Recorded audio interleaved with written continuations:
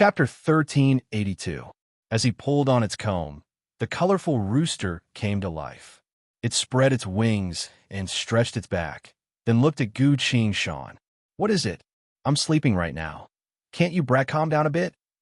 The rooster impatiently complained. Gu Qing Shan smiled and replied, "Nothing much.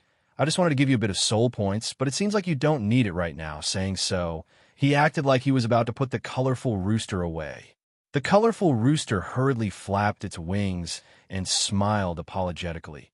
"Young master, my young master, if you need anything, just tell me. No need to give me soul points, you're too polite."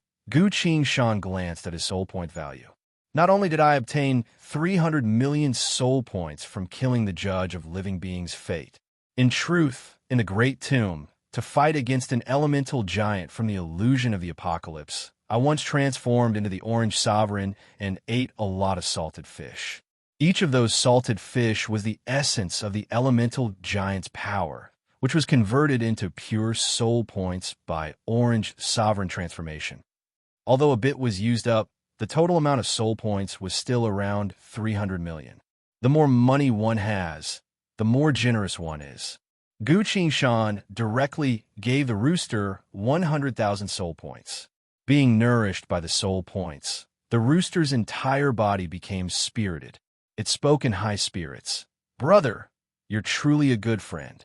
From today onwards, your business is this great chicken's business," Gu Qing Shan asked. "I want to know information about this world," the rooster hesitantly replied. "I can only tell you information that's related to you." "That's fine. Please tell me," Gu Qing Shan replied. The rooster continued, "Your life is in danger. Not only is the apocalypse slowly approaching, but there is also an enemy hiding in the shadows who will arrive in the Gloom Galaxy within 10 seconds. He will think of a way to kill you. You must be careful. That Wraith has an honorable identity, a hidden pawn of the Wraith realm in Void City. Just like the apocalypse, he covets your life." After saying so, the rooster turned back into a statue and stopped moving. Gu Qing Shan slowly put the statue away. "They'll arrive in 10 seconds, which means the Wraith realm has also arrived," he muttered. Suddenly, a shooting star appeared in the sky. The meteor was heading straight for Gu Qing Shan. Bang!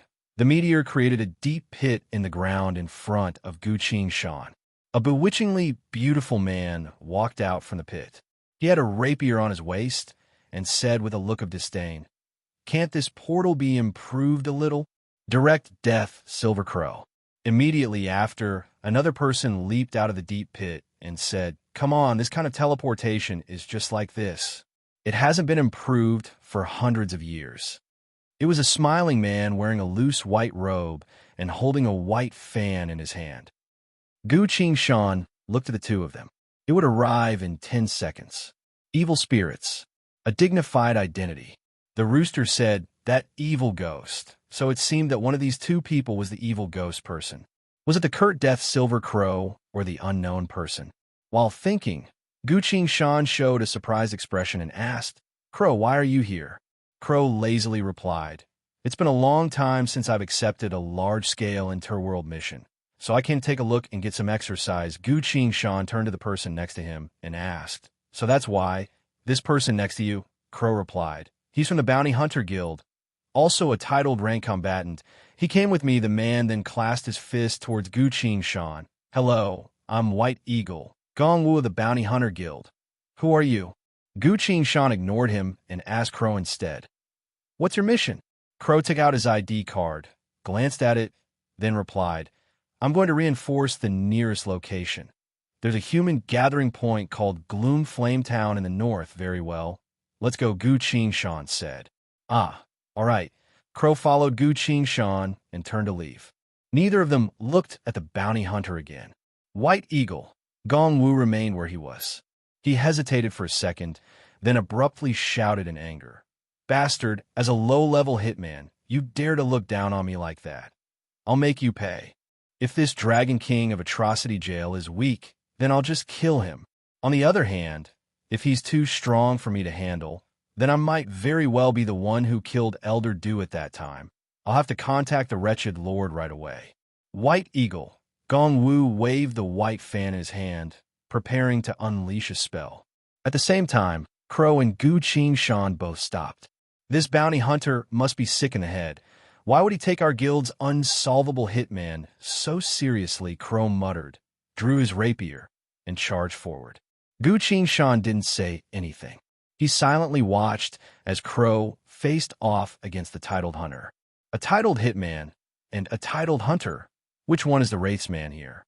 Seeing Crow approaching, White Eagle, Gong Wu retracted his killing intent. That's not my goal, and this person isn't weak at all. If I were to fight him and end up getting hurt, it wouldn't be worth it. White Eagle, Gong Wu waved his fan for a bit, exchanged a few blows with Crow, then retreated. Crow, I won't fight you, but keep in mind, you can protect him for now, but not forever. White Eagle, Gong Wu threatened. His gaze fell onto Gu Qingshan. Gu Qingshan remained expressionless. This Crow, I've had a few drinks with him and caused some trouble, so we're quite familiar with each other. If Crow is a wraithsman, why would he put on an act in the City Lord's manor? But if I think about it from another perspective, if the Wraith Realm really was putting on an act in the City Lord's manor, wouldn't I have ruined their plan? Crow has seen me use my sword, so he knows that my sword counters the Wraith's causality law. If that's the case, if he really is a wraithsman, he would have a reason to want to kill me. But just now, when White Eagle, Gong Wu wanted to fight me, he charged forward. Was he purposely putting on an act to gain trust, or was he actually trying to stop me? Gu Qingshan tried to recall, but couldn't come to a conclusion just yet. As for the titled rank combatant from the Bounty Hunter Guild, he could also be someone from the Wraith Realm. This is going to be troublesome. All of a sudden, all 3 ID cards lit up at the same time. A line of identical notifications appeared from each ID card and appeared in the void of space. Frowny face emergency. Gloomflame Town is about to fall. Please head there immediately. After reading through them, Crow put his ID card away and told Gu Qingshan. They're waiting for reinforcements over there. Seems like we'll have to hurry. Gu Qingshan's thoughts quickly turned. This time, the apocalypse is unsolvable, and it's still rapidly growing. Where'd I have the time to slowly distinguish between real and fake Wraith? I have to confirm the real one right away, once and for all. Gu Qingshan's gaze passed through Crow and fell onto White Eagle, Gong Wu. I'll take a gamble. I'll take a gamble that I didn't misjudge Crow. With that in mind, Gu Qingshan took out a bit of hair from his inventory bag and silently held it in his hand. He said, Crow, you leave first. I have something to discuss with this White Eagle. Gong Wu, White Eagle, Gong Wu froze. Crow looked at him suspiciously and asked, Do you know him? There's something I need to discuss with him in private. After I'm done with him, I'll come find you. Gu Qingshan gave him a reassuring look. Crow hesitated briefly, then said, All right, then I'll go first. If there's anything, use the Hitman ID card to contact me. Gu Qingshan replied. Crow glanced at him again, then leapt up and flew into the sky, slowly disappearing. Only Gu Qingshan and White Eagle, Gong Wu remained. White Eagle, Gong Wu's expression was complicated, but his killing intent was gradually increasing. What does a mere unsolvable hitman have to say to me? He waved his white fan and muttered. Gu Qingshan's presence changed as he spoke in a low voice. White Eagle, Gong Wu, I know you're one of us. You have your mission, I have my own. So who exactly was the one who messed up this mess, and had you come to provoke me? White Eagle, Gong Wu froze. What are you talking about? Since when did I become a member of your Hitman Guild? He couldn't help but ask. Gu Qingshan appeared irritated and slowly changed his appearance. There must be a mistake somewhere. He arrogantly looked at White Eagle. Gong Wu, how did you do your job to provoke me? Looking at him, White Eagle, Gong Wu froze. Who exactly are you? I don't know you. White Eagle, Gong Wu acted like he didn't know. The other party's appearance wasn't enough to convince him. He immediately formed a hand seal and carefully sensed the other party's aura. There were no issues. In fact, the small seal in his hand that proved his identity was indeed a Wraithmite seal. White Eagle, Gong Wu was extremely shocked. Song Wuzhong was the son of a Wraith Lord. That Wraith Lord was in charge of the war against the Eternal Abyss, and so was Song Wuzhong, while I belonged to another Wraith Lord. Both Wraith Lords have their own secrets, so it's possible that they didn't know about the other party's arrangements. Could there really be a mistake? With how sharp a mind Guqin Shan was, she immediately understood what was going on from the other party's expression. As soon as the other party's killing intent dissipated a bit, she understood. Imitating Song Wuzhang's expression, he angrily shouted, "My personal plot of land, Yama Heavenly Realm, had a large amount of resources stolen. That person had fled to Void City, so I came here myself to establish a relationship with the ominous Demon Tower, then make a name for myself in Void City." White Eagle, Gong Wu silently listened and swallowed his saliva. Indeed, the Yama Heavenly Realm was Hero Tsong's personal plot of land. The Samsara's secrets were known only to those of the Wraith Realm. He couldn't possibly be a fake. While he was thinking that, Song Wuzhang glared at him and sternly declared, "Stop pretending. Elder Du's matter has nothing to do with me. Why would I kill my own people? You fools, damn it. What are you subordinates doing? This won't do. The other party knows everything." "Song Wu, no, Sir Song Wraith Might Ha, why is it you?" "White Eagle," Gong Wu muttered and knelt down to greet him. Chapter 1383. White Eagle. Gong Wu knelt on the ground and couldn't help but silently sigh. Damn it, damn it, damn it. Song Wuzhang was still angrily cursing in front of him. He appeared to be furious and couldn't help but shout, "Do you people even have a brain? If I hadn't seen the list of hidden members before coming here, I might have had to fight you again." He abruptly walked in front of White Eagle. Gong Wu lowered his head and asked, "Whether you kill me or I kill you, this will become the laughingstock of the entire Wraith Realm. Do you understand?" White Eagle, Gong Wu naturally understood. After making such a huge mistake, Heroic Lord Song would naturally be angry. But this has nothing to do with me. This is the Wraith Lord arrangement. But can I say that out loud? Bastard, I've lost all my face. Song Wuzhang was still shouting. His spittle was all over White Eagle, Gong Wu's face. White Eagle, Gong Wu said nothing and kept his mouth shut. I can only hope that the Heroic Lord will quickly calm down and let this matter pass. All of a sudden, his expression changed. Perhaps Song Wuzhang was extremely angry. He clenched his fist and threw it at him. However, if you take a closer look, you'll notice that this punch didn't have any force behind it.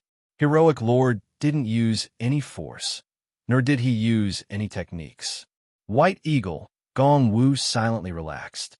Seems like Heroic Lord still knows his limits and only wanted to vent his anger. Just let me punch him, it's not like I'll die. This was White Eagle, Gong Wu's final thought. A second later, all of his thoughts were shattered. He knelt on the ground in a daze, unable to move. Ethereal, Grand Mountain. Guqin Shan pulled his fist back, his gaze becoming sharp. For the next 10 breaths worth of time, the other party would remain like an idiot, unable to move. He placed his hand on White Eagle, Gong Wu's head, and used soul reading. Very quickly, the entire situation became clear. So the Wraith Realm sent this person to probe me. If they found out that I'm suspicious, they would immediately kill me. Guqin Shan fell into thought. Although I've restrained this person, killing him isn't a good choice. If the Wraith Realm sent someone to probe me, wouldn't I be telling them that I'm definitely suspicious? I have no choice but to kill him. When they contact the Wraith Realm again, they will find out that I'm not Song Wuzhang. They still had to be killed. Guqin Shan drew her sword, but hesitated. The Devil King Warden Rod doesn't have a way to completely erase the other party's soul. After this person's soul disappears, there will still be a bit of light left in the chaos. The Wraith Realm's experts are life talismans and immortal arts, so they have a way to summon a soul back to life with just a bit of light. By then, he would still be exposed. He couldn't kill him, but he could not kill him either. What should he do? Time passed slowly. 1 breath. 2 breaths. Guqin Shan finally made her decision. Kill. Not only did they have to kill him, but they also had to conceal it well. The Wraith Realm had a strict hierarchy and strict discipline. Anyone who failed to complete a mission would be punished severely. When Song Wuzhang's servant failed to kill me, Song Wuzhang didn't resurrect him. On one hand, the price might be too great, but on the other hand, the Wraith Realm believed that those who failed weren't worth saving. If the Wraith Realm were to resurrect this person, the first piece of information they needed to know must be that this person failed the mission due to his own mistake. Thinking of this, Gu Shan slowly raised her hand and clenched it tightly. Blessing of the past worlds. This world's spirit had already faded away, so once Gu Shan tried to summon it, it would immediately summon the apocalypse. Instantly, a sandstorm was kicked up. Layers upon layers of yellow sand surrounded Gu Shan and the kneeling white eagle Gong Wu, quickly circling around them. 5 breaths worth of time later, the yellow sand manifested into a warrior wielding a spear and shield, as well as a caster. They both turned to him, about to speak. Gu Shan impatiently said, "Destruction is destruction. Can't you cut the crap? I'm in a hurry." He glanced at the combat notification in the void of space. A newcomer has come into contact with this apocalypse for the first time, so the difficulty of your third destruction has been lowered. The battle is about to begin. Please prepare yourself. In front of him, the warrior and caster exchanged glances and spoke in unison. "As you wish." The warrior rushed forward. The caster began to chant an incantation. Gu Shan took a few steps back. He kept retreating until he was a few dozen meters behind White Eagle Gong Wu. His entire body disappeared into the white fog without a trace. World technique, Fog Realm Descent. Gu Shan left. White Eagle Gong Wu blankly knelt where he was, his mind completely blank. A second later, the spear and the spell arrived at the same time. White Eagle Gong Wu died in a state where he could not think or feel fear. At another location, Gu Shan stood in front of the stream where he came from before, silently waiting. A few moments later, a sandstorm suddenly appeared and enveloped him again. A warrior wielding a spear and shield stood in front of a caster, coldly staring at him.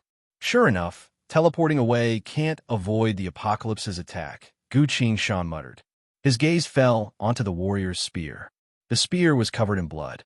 "You abandoned your comrade and ran away. Now it's your turn," the caster spoke. Gu Shan smiled.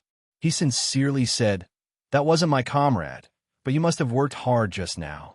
"Very well. I'll send you off." 4 swords appeared from the void of space behind him, then disappeared in an instant. They were flying around the sandstorm at an extreme speed. Within the sandstorm, another kind of wind silently manifested. The sword-infused wind rose. Sorare Tai. A few moments later, Gu Shan stood several thousand miles away, releasing his inner sight to scan where White Eagle Gong Wu was. He saw White Eagle Gong Wu's corpse. Gong Wu's pure white fan, as well as all of his belongings, were still on his body. The apocalypse wouldn't be interested in these things. Gu Shan naturally wouldn't take them. The Wraith Realm had countless treasures and methods, so it would be bad if they were recorded. He didn't make a mistake on such a minor detail and directly left. This had already taken quite a bit of time. Gu Shan took to the sky, doing everything he could to chase after Crow. Flying, without stopping, coupled with using ground shrink again and again, he finally arrived at Gloom Flame Town. Gu Shan descended from the sky and stood next to Crow. "I'm late," Gu Shan said apologetically. Crow shook his head, saying, "I arrived earlier than you, but it's still useless. There were originally 2 squads of professionists stationed here. I thought they would at least be able to hold on until I arrived, but it seems I was wrong in front of them. The entire town had already been destroyed. Various traces of battle had yet to fade away. Intense magical fluctuations still lingered in the air. The ground was filled with craters left behind by large-scale weapons. More than half of the town's defensive walls had collapsed. Scarlet blood stains were everywhere. Complete silence. There were no living people. Flames raged through the entire town. Seeing this apocalyptic scene, both of them felt heavy. Gu Shan sighed and said, "This apocalypse is most likely going to be very powerful," Crow agreed. "Indeed, it's been a very long time since I've seen an apocalypse like this. Both you and I might die. What do we do now?" Gu Shan asked. This was the first time he had participated in this type of mission, so he wanted to know what to do. Crow calmly replied, "Void City must be extremely busy right now, so we'll just wait here for them to issue a new mission." "Right. Since you're alone and haven't experienced anything like this before, don't separate from me. That way we can at least take care of each other. Gu Qing Shan glanced at Crow without anyone noticing. This guy looks like he doesn't care about the world, but he actually knows how to take care of others. Crow is a titled hitman, Zhang Young-ho is a hitman, and Yi Fei Li is a man-killer fiend. Why are all the people around me in this line of work? Could it be that the laws of reality are truly watching over me? Regardless, Crow is strong, and he's a decent person. With that in mind, Gu Qing Shan couldn't help but ask, Crow, I have something to tell you. What is it? Crow asked, I have a secret organization. Are you interested in joining? Gu Qing Shan asked. Crow curiously asked, what organization? Gu Qing Shan replied, I haven't thought of anything yet. Crow felt a bit bored and lazily replied, if you haven't thought of anything yet, why are you telling me? Let's talk about it when you do, Gu Qing Shan explained. No, I mean my organization is called I haven't thought of anything yet, Crow. He thought for a bit, then said, that's fine. Can I be a boss? I'm sorry, but boss already has someone. It's you? No, what I mean is, we have a person called boss. What kind of organization is this? Chapter 1384. In front of the ruined town. Gu Qing Shan and Crow were talking. Suddenly, their ID cards vibrated at the same time. Attention, please. The situation is urgent. Requesting Kurt Death Silver Crow and Dragon King of Atrocity Jail to head to the nearest Blue Mountain City to help stop the Apocalypse's invasion. Gu Qing Shan and Crow exchanged glances. Crow drew his rapier and said, this town, I'll do a decontamination. Sparks of flame drifted around the rapier, then gathered at the tip of the rapier as Crow lightly tapped it, turning into a flaming bird that flew forward. The flaming bird landed in the middle of the town like a meteor, then vanished without a trace. A moment of silence. Boom! With an intense explosion, a pillar of flame that enveloped the entire town reached all the way to the sky. Intense winds blew in every direction, snapping many large trees in the process. Gu Qing Shan used her hand to shield herself, ignoring the intense wind that blew against her body as she looked at the intense flames. It's useless. I've already done this to a village before, but when the apocalypse is supposed to appear, it will still appear, Gu Qing Shan replied. Crow sheathed his rapier and pondered. If what you're saying is true, then the Vanguard team didn't understand this apocalypse at all. What a bunch of idiots, Gu Qing Shan sighed. This is a bit strange. I've also run into several apocalypses, but I still don't understand what's going on. The flames scattered. The entire town was flattened. Crow stood in front of the ruins, pondering. Speaking of which, I haven't run into an apocalypse since I arrived in this world. In fact, I've accepted many missions to fight against apocalypses over the years. It would be great if I could see what's going on, as soon as he said so. Countless grains of sand suddenly rose from the ruins of the town, rising into the air. In an instant, a storm that swept across the entire area abruptly manifested. It swung the sand around, obscuring the sky, and directly trapping Gu Qing Shan and Crow in the middle. The two of them were shocked. The apocalypse you wanted has arrived, Gu Qing Shan said. I only said a few words. Crow drew his sword again and observed the sandstorm around him. Gu Qing Shan also drew the earth sword from the void of space and prepared for battle. Two lines of glowing text had already appeared in the void in front of him. A newcomer came into contact with this apocalypse for the first time, thus lowering the difficulty of your fourth destruction. The battle is about to begin. Please get ready. Two figures walked out from the sandstorm. A spellcaster dressed in a red robe, and a warrior wielding a large shield and a spear. The warrior faced the two of them. The caster appeared behind the two of them. The caster seems quite strong. Leave it to me, Crow quickly said. He turned around and faced the red-robed spellcaster. No, it's your first time here, and your first opponent is that warrior, Gu Qing Shan said. Crow looked back at the warrior. The warrior's energy waves were a few times weaker than the red-robed spellcaster's. I'll let you practice with this trash. I want to fight against this caster and get a feel of this apocalypse, Crow said. Gu Qing Shan had no choice but to point her sword at the warrior. At this point, the red-robed spellcaster's gaze went past Crow and towards Gu Qing Shan. Fiend, Your enemy is me, look. He wants to fight me, Gu Qingshan told Crow. It's fine. I'll deal with him for you, Crow insisted.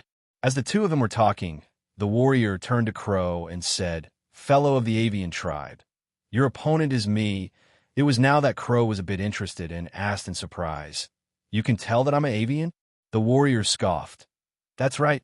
Avian, you shall die by my spear. All was quiet. Gu Qingshan, Let's switch places. I've decided to kill this talkative warrior. Very well, the two of them switched places. Boundless killing intent exuded from Crow's body. He pointed his rapier at the warrior and muttered, Facing me is the same as facing death. Are you prepared? The warrior didn't say a word and charged towards him. Crow raised his rapier and lightly swung it. Boom! With a resounding explosion, the warrior, along with the shield and spear in front of him, exploded into a sky-high pillar of flames. Trash! You dare to speak so rudely to me. You'll die a quick death, Crow scoffed. On the other side, Gu Qingshan faced the red-robed spellcaster, wielding her rapier with one hand as she walked forward step by step. What kind of entity are you exactly? She asked as she walked. The red-robed spellcaster's sleeves fluttered in the wind, his hands glowing in a purple glow. You want to know? You'll have to win against me first. The spellcaster clasped his hands together. The purple glow quickly converged into a cluster of rapidly vibrating light. His technique had been prepared. Gu Qingshan shook her head. If there's anything you can't say, you can tell us. It's not like we have to fight and kill each other. Die. The red-robed spellcaster shouted and tossed the cluster of purple light towards Gu Qingshan. Gu Qingshan sighed and stood still. The cluster of purple light broke through the void of space, leaving a trail of darkness behind it as it flew, reaching Gu Qingshan in the blink of an eye. Gu Qingshan still didn't move. He simply, abruptly disappeared. Divine skill, shadow shift. The red-robed spellcaster abruptly appeared where he originally stood. At this point, the cluster of purple light had already reached him, so the red-robed spellcaster didn't have the chance to put up any defenses. Bam! With a heavy, resounding sound, the cluster of purple light entered its master's body and began to destroy everything. Aart! The red-robed spellcaster fell to his knees, screaming like he had lost his mind. He was already heavily wounded. Gu Qingshan looked at him from afar and tried to persuade him. Fighting is so boring. How about we talk for a bit? While breathing heavily, the red-robed spellcaster quickly chanted a spell to create a barrier of light around himself. I was too careless just now. Now that you have the protection of the purple flame shield, I want you dead, the red-robed spellcaster declared with a twisted expression. Hearing that, Gu Qingshan couldn't help but sigh. It doesn't make sense at all. Then there's only Gu Qingshan spoke to the void of space. Switch with him, a low woo-woo sound resounded from the void of space, followed by the red-robed spellcaster once again disappeared and reappeared in front of Gu Qingshan. Gu Qingshan grabbed him by the neck. Inside the barrier of light, the void of space trembled a bit before returning to normal.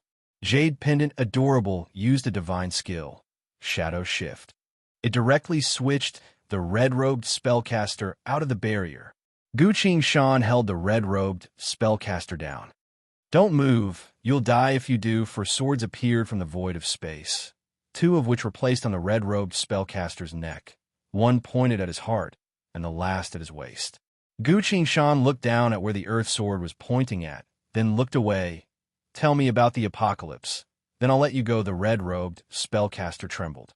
The other party didn't even need to attack to defeat me. What unimaginable combat prowess could it be? The red-robed spellcaster's eyes showed fear. Gu Qingshan didn't know what he was thinking, but she managed to catch his emotions right away.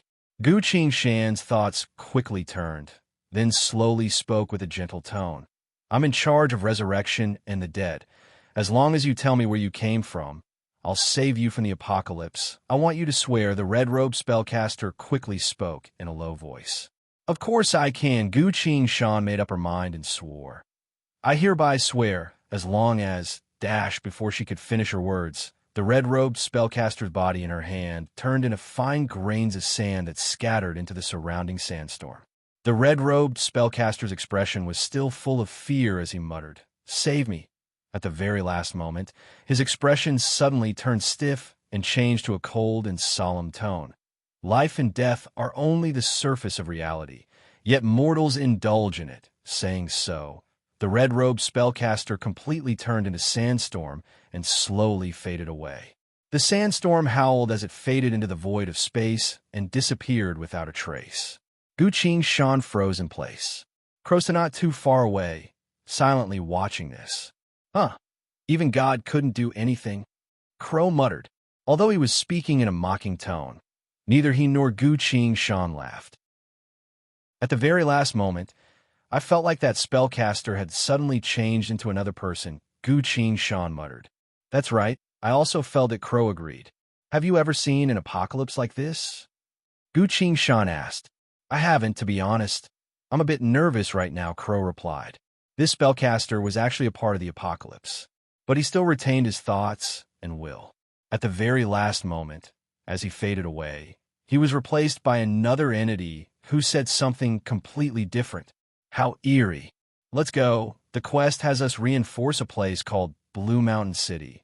We need to head there right away. Perhaps we'll be able to obtain more information there, Crow said. Crow shrugged. Not sure.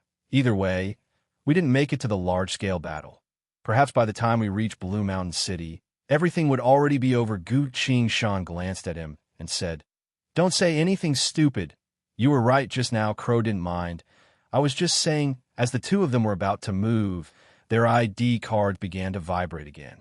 A voice resounded from the ID card, frowny face, attention, please. Blue Mountain City had been destroyed by the apocalypse. The two of them froze. Crow's expression slowly turned serious. Blue Mountain City, there were 5 groups of professionists, and the 2 title combatants I know were there. What the hell, did they both die? He muttered to himself. The 2 of them exchanged glances. If they hadn't been delayed by this small sandstorm, the 2 of them would have most likely arrived at Blue Mountain City already. What would have been the result of that? Guqing Shan took one last look at the ruins of the town and muttered, Such a powerful thing. What exactly was it? Chapter 1385. The communication was still ongoing. A final voice rang out from the identity nameplate frowny face according to spell prediction. There might be survivors in Blue Mountain City. Please proceed to confirm the situation. A new mission is being arranged. Please keep an eye out for the latest mission announcements. Only then did the vibration on the identity nameplate stop. There are survivors, Guqing Shan said. Come on, let's go take a look. Maybe we can get some information, Crow immediately said. Okay, Guqing Shan replied. The 2 of them soared into the sky and flew towards Azure Mountain City. Due to being delayed by the apocalypse, they didn't manage to reinforce Azure Mountain City in time. This time, both of them rushed back as fast as they could. Dozens of breaths later, they descended from the sky and stopped in front of a burning city. The fire is very big, Guqing Shan said. He released his divine telekinesis to scan the entire city, and his heart gradually sank. The scene in the city was like hell. There is one alive. After saying that, Guqing Shan disappeared from the spot. Crow glanced at the endless flames of the city, then unsheathed his rapier and pointed it forward. The power of fire should belong to this sword, he muttered. After chanting the incantation, boundless flames flew out from the city and rushed towards the rapier. The flames that filled the sky were like a sea, and all of them were contained in a thin sword that looked like a thorn. Looking at Blue Mountain City, there were no longer any burning spots. The entire city was pitch black.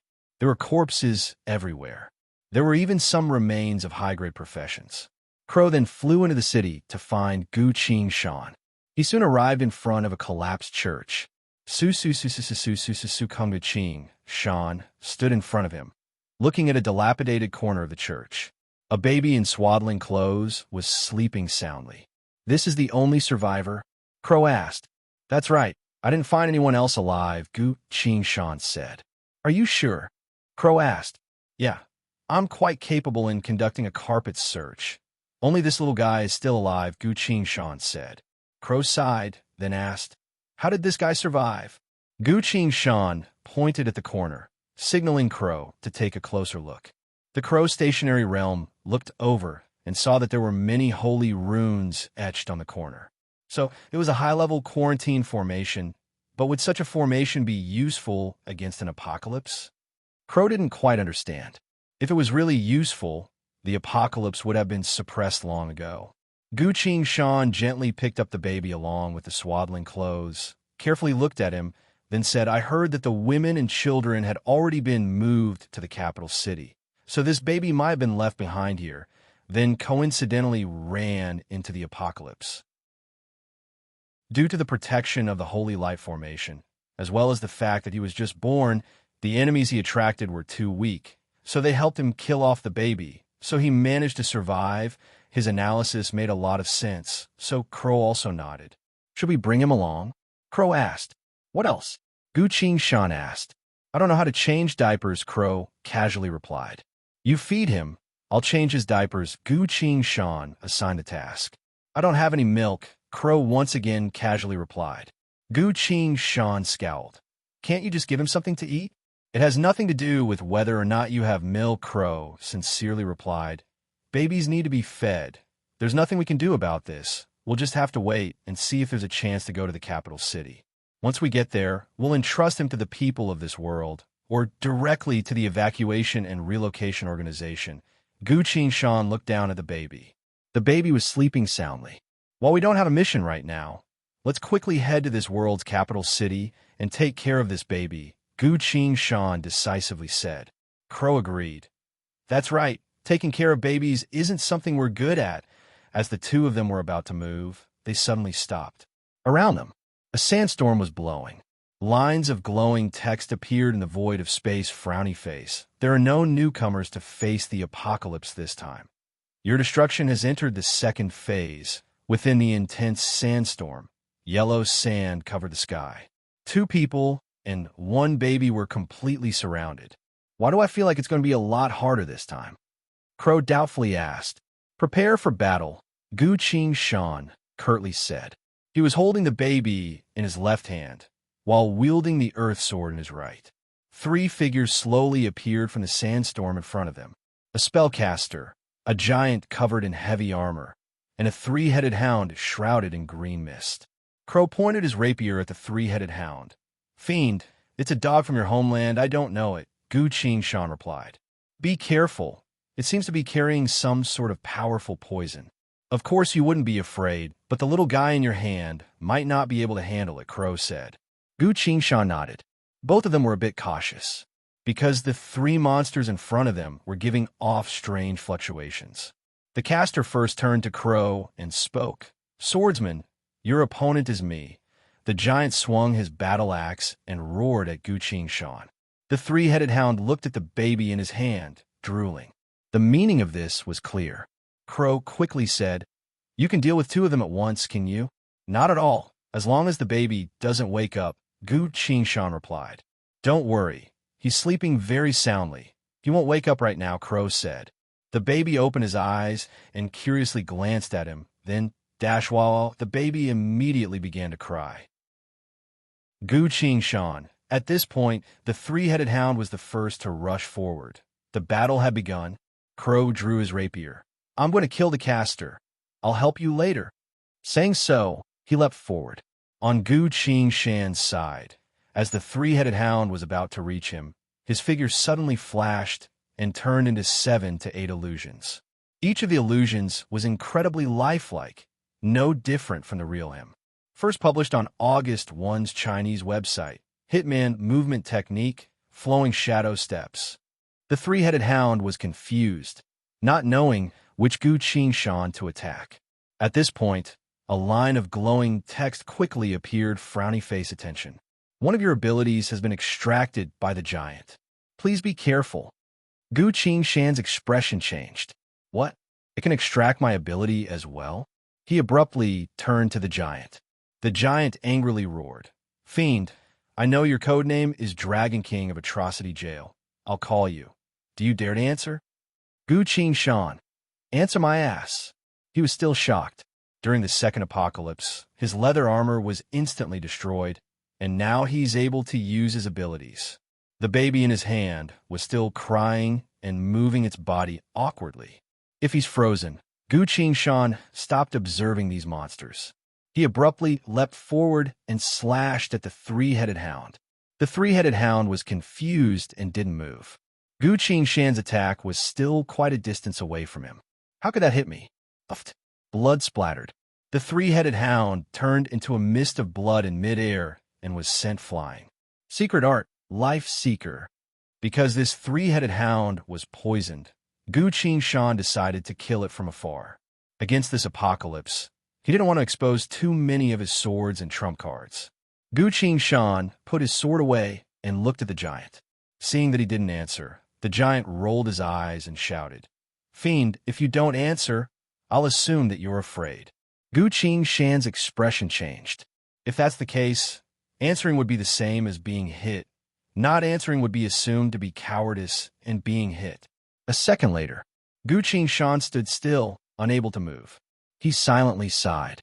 This giant is quite smart to be able to think of such a method to use the Azure Dragon Origin Hex. But isn't this just being shameless? Perhaps this is the true essence of this technique. While Gu Qingshan was contemplating this, the giant had already rushed forward. Dong! Dong! Dong! Dong! Dong! Dong! The earth trembled. "You can't move anymore, pitiful bastard. Watch as I send you to the apocalypse with a swing of my axe." The giant smirked and swung his axe down at Gu Qingshan. Gu Qingshan stood still and parried with his sword. Clang! A deafening sound of weapons clashing.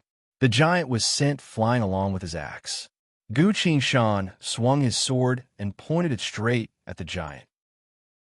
A gigantic sword phantom shot forward, caught up to the giant, and slashed him into a mass of blood that was blown away by the wind. Secret art, river blocking iron sword. Gu Qingshan held the baby in one hand and the earth sword in the other, shaking his head. "I'm sorry, if we're comparing strength, this sword of mine won't admit defeat." Chapter 1386. The sword parried the giant's axe, sending the armored giant flying and turning it into a mass of flesh and blood in midair. The flesh and blood flew straight into the sandstorm and vanished without a trace. On the other side, Crow had also finished his battle.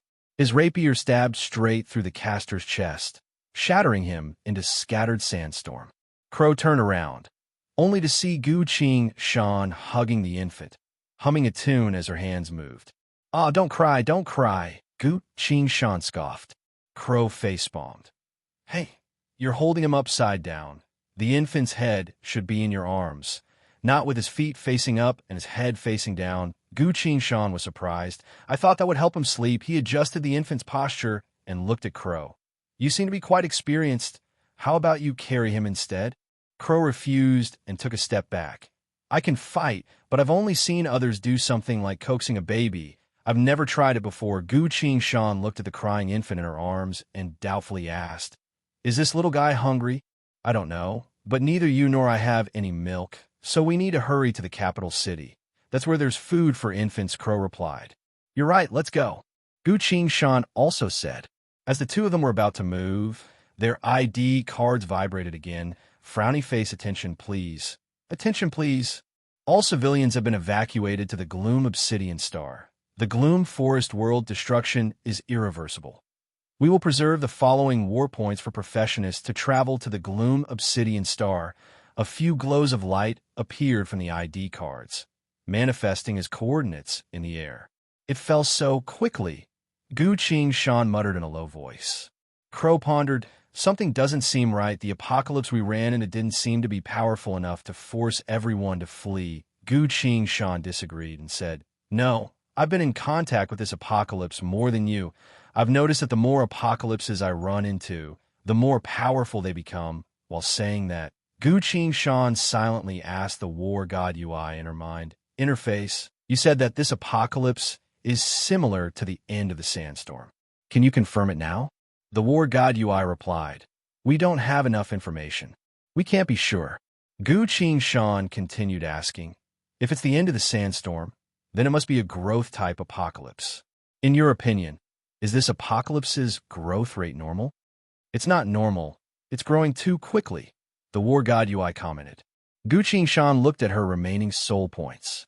2 sentences and 2,000 soul points were gone. Gu Qingshan could not help but sigh inwardly. Soul power was still secondary. The key was that the current situation was somewhat confusing. Could it be an apocalypse that was even stronger than Sandstorm's end? Suddenly, a slight noise interrupted his thoughts. There was a sour smell in the air. Crow's nose twitched, then commented, "This is usually the smell of a baby's stink after drinking milk." Gu Qingshan handed the baby to him and said, "If you know, then help this little one." Before he could finish, Crow had already retreated several dozen meters away, waving his hand dismissively. "I just happen to have a few friends who are breastfeeding right now, so I know a bit about it. But I don't know anything about washing buttocks or changing diapers, so you'll have to do it." Gu Qingshan raised the baby and met Crow's gaze. "Do your best. You'll get it after a few more practices," Crow encouraged him. Gu Qingshan was speechless. The baby cried even louder. "Calm down. I need to calm down," Gu Qingshan muttered to himself. He placed the baby on the ground and opened the swaddling clothes, only to see that the baby's clothes were already covered in feces and urine. "I don't even have a change of clothes right now. What do I do now? The apocalypse has already engulfed this world." Gu Qingshan finally thought it through. He wielded the heaven sword with one hand and looked at the crying baby. "Do you want to kill him?" Crow asked. "Do you think I'm a devil?" Gu Qingshan asked in return. "You've always been a devil, that's not it. I have a solution." Saying so, Gu Qingshan silently communicated with his swords. "Bingley, how about we use chaotic flow?" Luo Bingley was confused. "This baby is still alive and well. Why would we use chaotic flow?" Shanu also asked. "Gongzi, do you want to make this baby grow up?" The Earth Sword also replied, "That won't work, although the Heaven Sword can make this little one skip the current moment and directly arrive at the time and state you specify. This little one hasn't experienced anything yet. His mind isn't mature, so it's useless," Gu Qingshan explained. "None of you understand. I want to use chaotic flow to make this little one return to the state he was in a few hours ago. That way, he won't need to shit, and the feces all over his body will also disappear." The 4 swords all fell to the ground. "Gu Qingshan, this divine skill of mine isn't for washing diapers. Can't you just use a cleaning hand seal?" Luo Bingley almost shouted out loud. "I'm currently an evil creature. I can't expose my identity as a cultivator," Gu Qingshan insisted. "Gongzi, you should think of something else. It's currently the apocalypse. It's best to leave chaotic flow for now," Shanu suggested. Gu Qingshan fell into deep thought. It really was an oversight. I don't even know how to wash diapers. If I can use a hand seal to clean it up, it wouldn't be an issue. But Crow is still here, and this place is in ruins without even a drop of water. Crow is a fire elemental swordsman, while I'm a fear fiend, as well as a shadow fiend. Neither of us have a way to make water. Crow said, "Hey, how about we go directly to the Gloom Obsidian Star? There must be civilians there who know how to do this, and they can even feed this little one milk. Is the war point far away?" Gu Qingshan asked. "It's a bit further than the capital city. Let's try to hurry," Crow replied. Gu Qingshan suddenly paused, then clapped his hands. "I have an idea, Crow. Wait a bit for me." He happily took the baby in his arms and activated his world technique. Fog Realm Descent. Layers upon layers of fog surrounded him and devoured him. At another location, Void City, a small brick house. Buttercup was cooking in the kitchen when she sensed something, so she put down the spatula in her hand and came to the living room. Layers upon layers of fog descended from the void. Right after that, Gu Qingshan appeared with a crying baby in her arms. Buttercup scowled and asked, "Who did you knock up this time? Is it Meow?" "No," Gu Qingshan hurriedly denied it. He explained what happened. Buttercup took off her apron, took the baby from Gu Qingshan's hands, skillfully cleaned it, then hummed a song and lightly shook it a few times. The baby slowly fell asleep. Gu Qingshan sighed in admiration. Professionals really do need professionals to do it. Buttercup glanced at him in disdain, went into the room, put the baby on the bed, then returned. "Do you want to eat before you leave?" she asked Gu Shan. No need.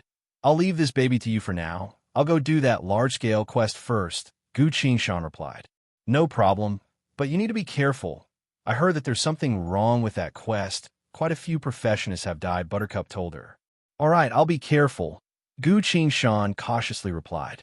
His figure disappeared into the fog, slowly disappearing from Buttercup's sight. He left. Buttercup stopped cooking and returned to the room, looking at the baby. He's already gone. Stop pretending, Buttercup commented. The baby suddenly opened his eyes. His body slowly grew larger and turned into a beautiful woman. Your bed is so comfortable, the woman commented. If you want to sleep, go back to the city lord's manor. Why are you sleeping here? Buttercup crossed her arms and said. The woman sat up on the bed, then said, All right, I'll be going. She lightly hovered. Buttercup suddenly asked, Why did you follow him? Why were you with him? The woman replied, You mentioned him to me, and I was the one who gave him his code name, so I had to personally take a look. And the results? Buttercup asked. The woman seemed to have thought of something and chuckled. It's fine for now, but when that event begins, I'll give a Hitman Guild a quota to send a titled Hitman. As for whether or not this Dragon King of Atrocity Jail can participate, that'll depend on his own strength. The woman's expression turned serious, then said, Buttercup, don't tell anyone about this. After saying so, she disappeared. Buttercup stood still for a while. So she's going to personally take a look? How careful, she murmured in a low voice. Chapter 1387. The World of Gloomwoodland. The fog had descended. Gu Shan walked out from the layers of fog. Where did you send the little guy? Crow asked. Void City, Gu Shan replied. Now we can fight without worry, Crow smiled. Yeah, I don't think there's anything wrong with the little guy, Gu Shan commented. After a few tests, whether it was carrying him upside down or threatening him with a sword, the baby was still a baby. Even during the battle, when Gu Shan was carrying the baby, ready to be assassinated or ambushed at any moment, the baby still didn't move. After Buttercup carried him, she nodded to me, signaling that there's nothing wrong. Don't worry. The two of them looked around. Complete ruin. Blue Mountain City had been completely destroyed. Although the quest told them to warp away, both of them were a bit unwilling. Gloomwoodland's capital city was home to many races. It was powerful and had the support of many professionists. I really don't understand how it could be broken through so quickly. Crow was in deep thought. How about we take a look? Gu Shan suggested. He also had a lot of doubts in his mind. Crow thought for a bit, then said, If we go, we might. Dasha. Gu Shan hurriedly gestured for him to stop. What is it? Crow was confused. With that mouth of yours, anything you say can easily go wrong. It's best if you don't say it, Gu Shan said. Crow shook his head. I've already gone to a testing organization to check. I don't actually have any sort of spiritual speech ability, nor do I have any fate-type spells. So this is all a coincidence. A coincidence? Gu Shan doubtfully asked.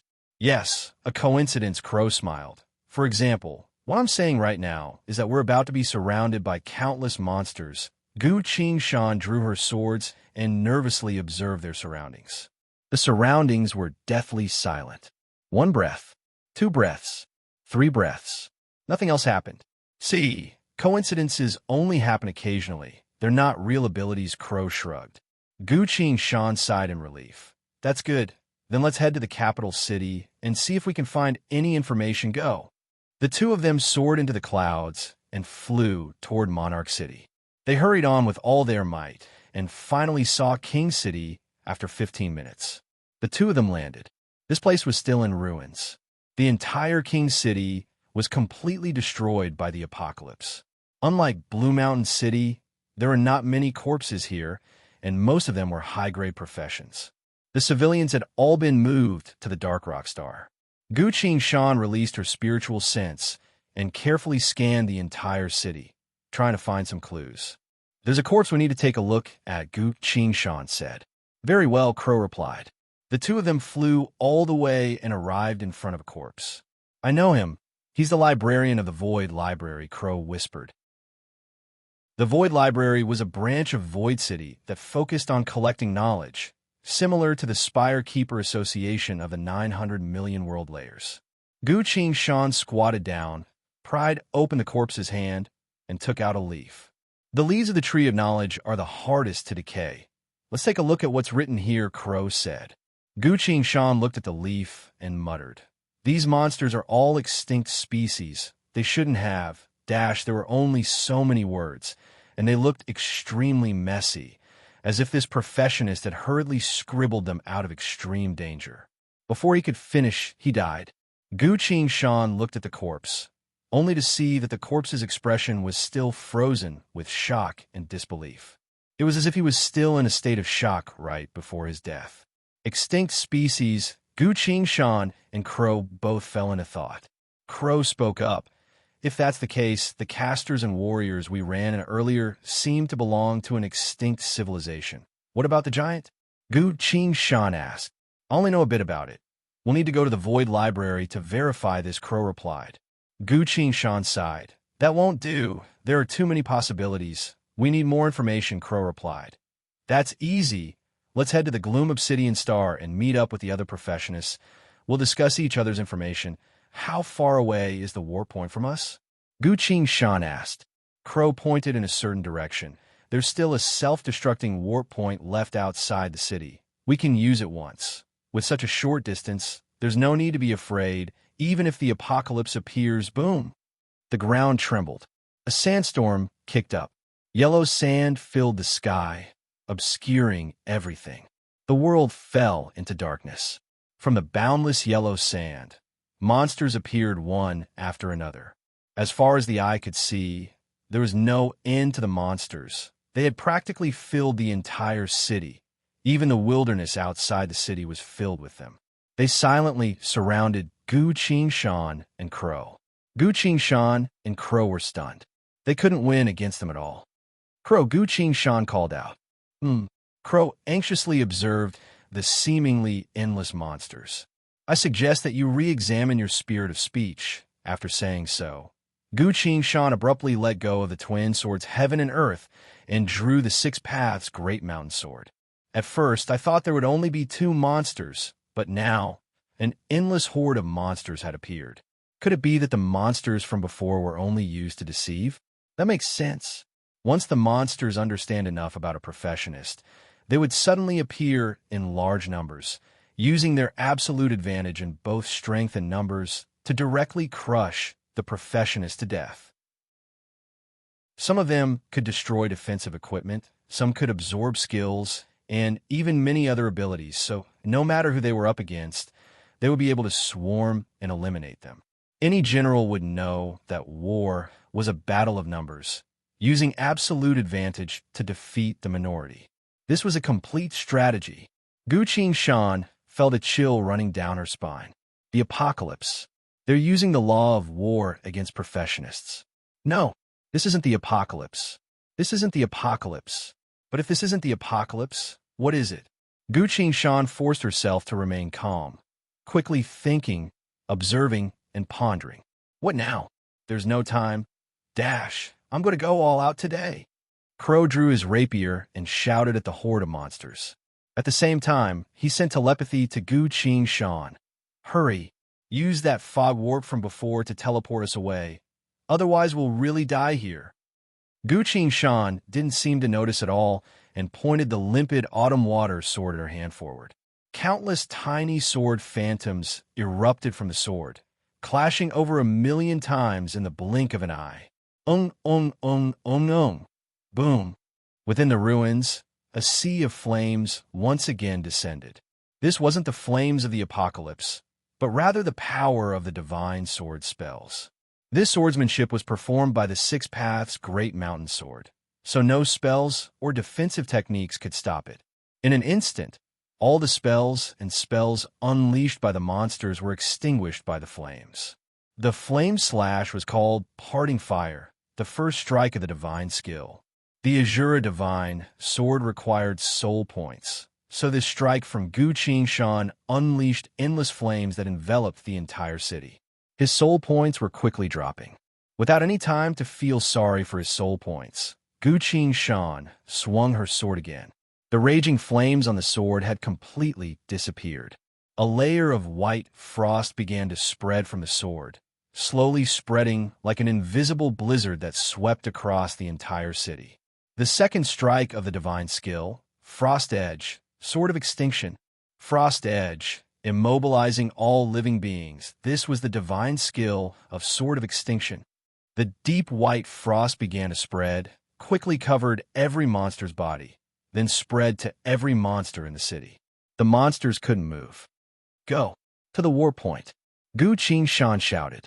He had tried it before, when he was in the middle of an apocalypse. Even if he teleported away, the apocalypse would still follow him. I can't bring this apocalypse to Void City. Hearing him say that, Crow immediately moved. The two of them, one in front and one behind, desperately flew towards the war point. Their speed was like 2 streaks of lightning. Go, Crow shouted, then placed the ID card at the designated spot. Gu Qingshan also quickly placed her ID card there. The war point was a hidden meadow, so as it sensed the 2 ID cards, it was activated. We need 5 breaths worth of time, Crow loudly said. All right, we'll stand guard for a bit longer, Gu Qingshan said. Not too far away, the monsters within the thick layer of ice began to tremble. They were desperately trying to break free from this divine sword. 1 breath, 2 breaths. Dozens of monsters with the most powerful presences broke free from the ice seal.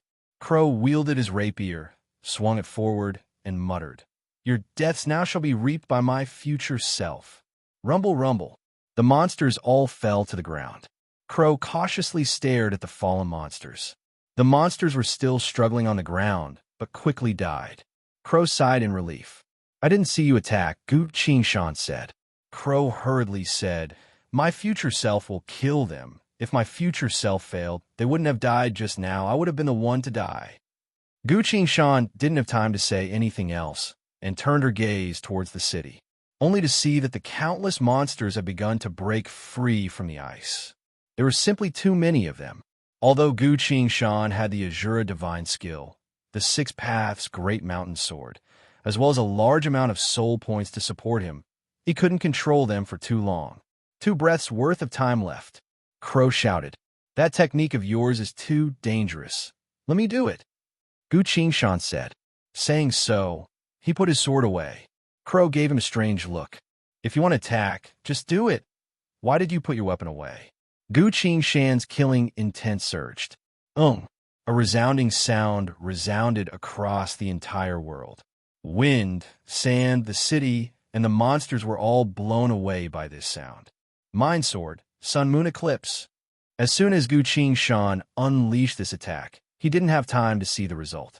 The war point on the ground suddenly gave off layers of white light that enveloped both him and Crow.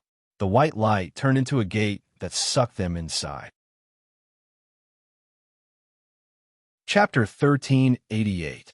The light of warp flashed. As soon as Gu Qingshan and Crow appeared, they heard a clamor of urging voices. "Don't go out and fight. Stay here and wait for reinforcements. Don't leave this stone tower. Anyone who leaves is already dead. Reinforcements are on their way."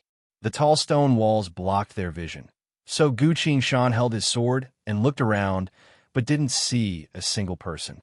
This was a stone tower with a narrow space. It was about 2 stories tall, and the inner walls were engraved with various runes and patterns using the spells of various civilizations, forming a space-isolating force. While Gu Qingshan and Crow were standing inside the stone tower, they had already taken up about 1/5 of the space. Quite obviously, this was a spatial tower used solely for warp purposes. People could travel between worlds through this tower, but very rarely stayed here. Crow crouched down and picked up 4 white stones from the ground.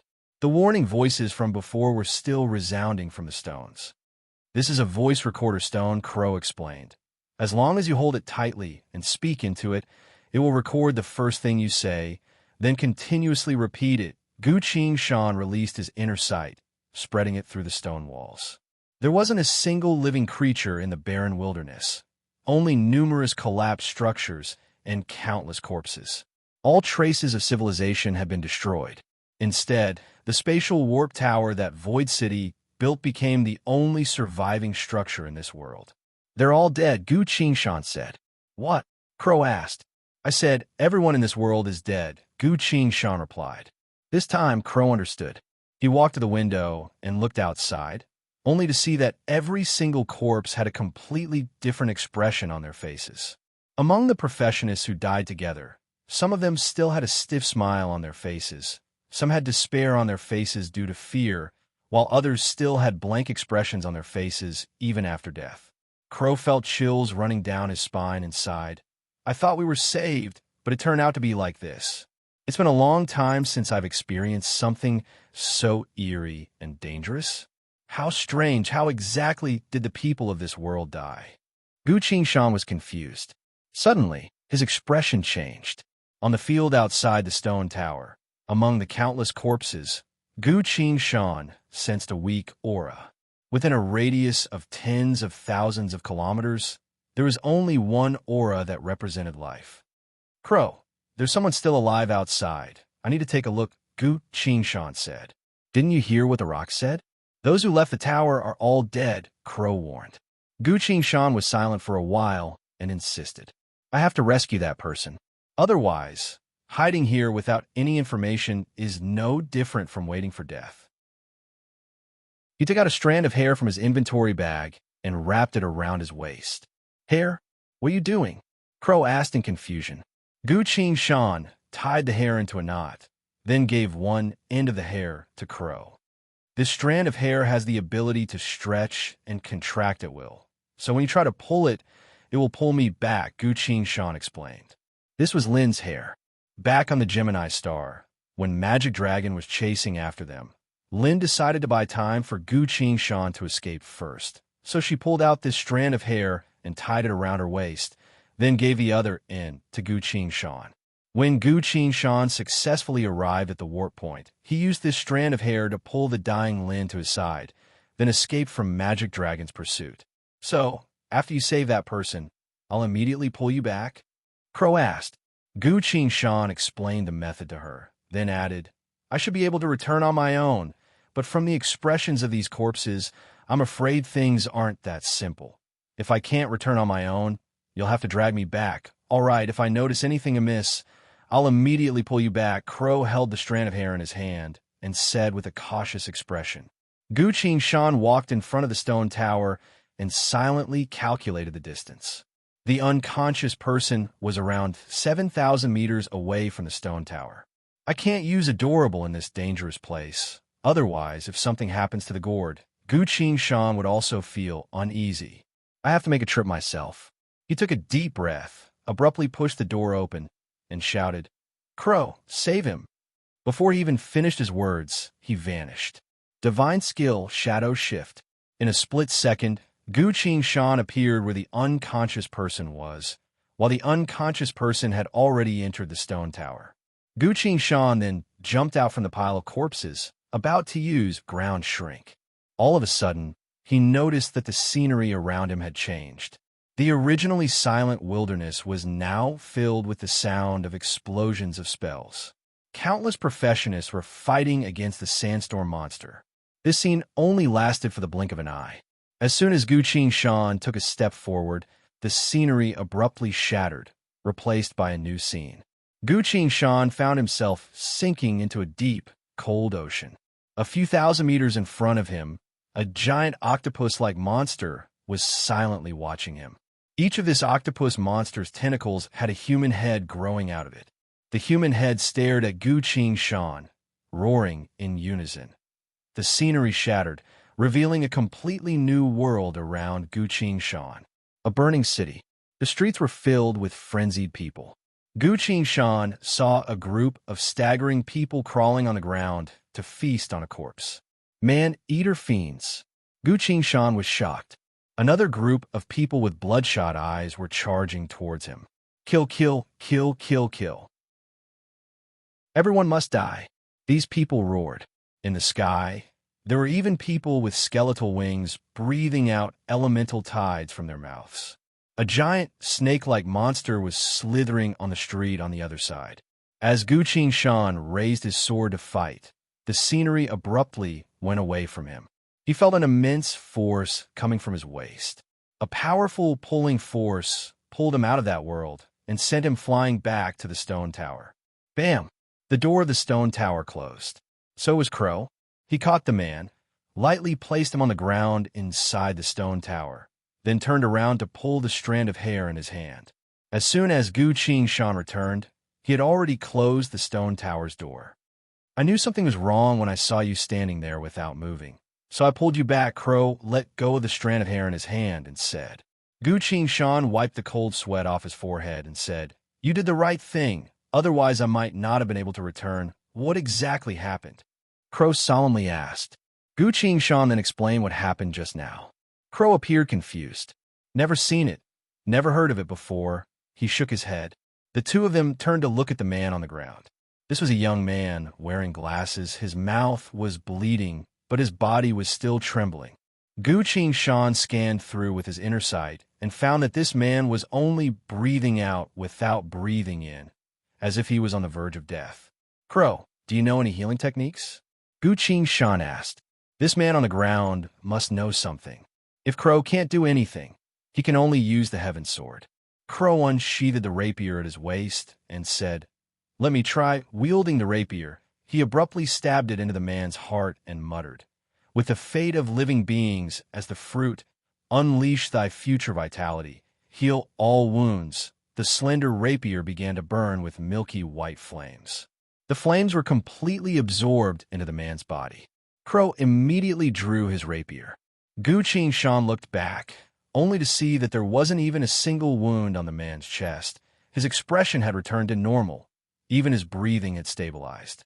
Crow appeared exhausted and sat down on the ground. "Is this a healing technique?" Gu Qingshan asked. Saying so, he took out a bottle of strong liquor and gave it to Crow. Crow took a large gulp, then explained, "I came up with a hypothesis of fate.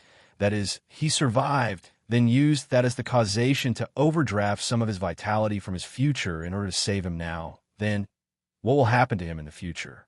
Gu Qingshan asked. "Nothing much. He'll be weakened for a while at most, but his life will be saved," Crow replied. "How miraculous," Gu Qingshan praised.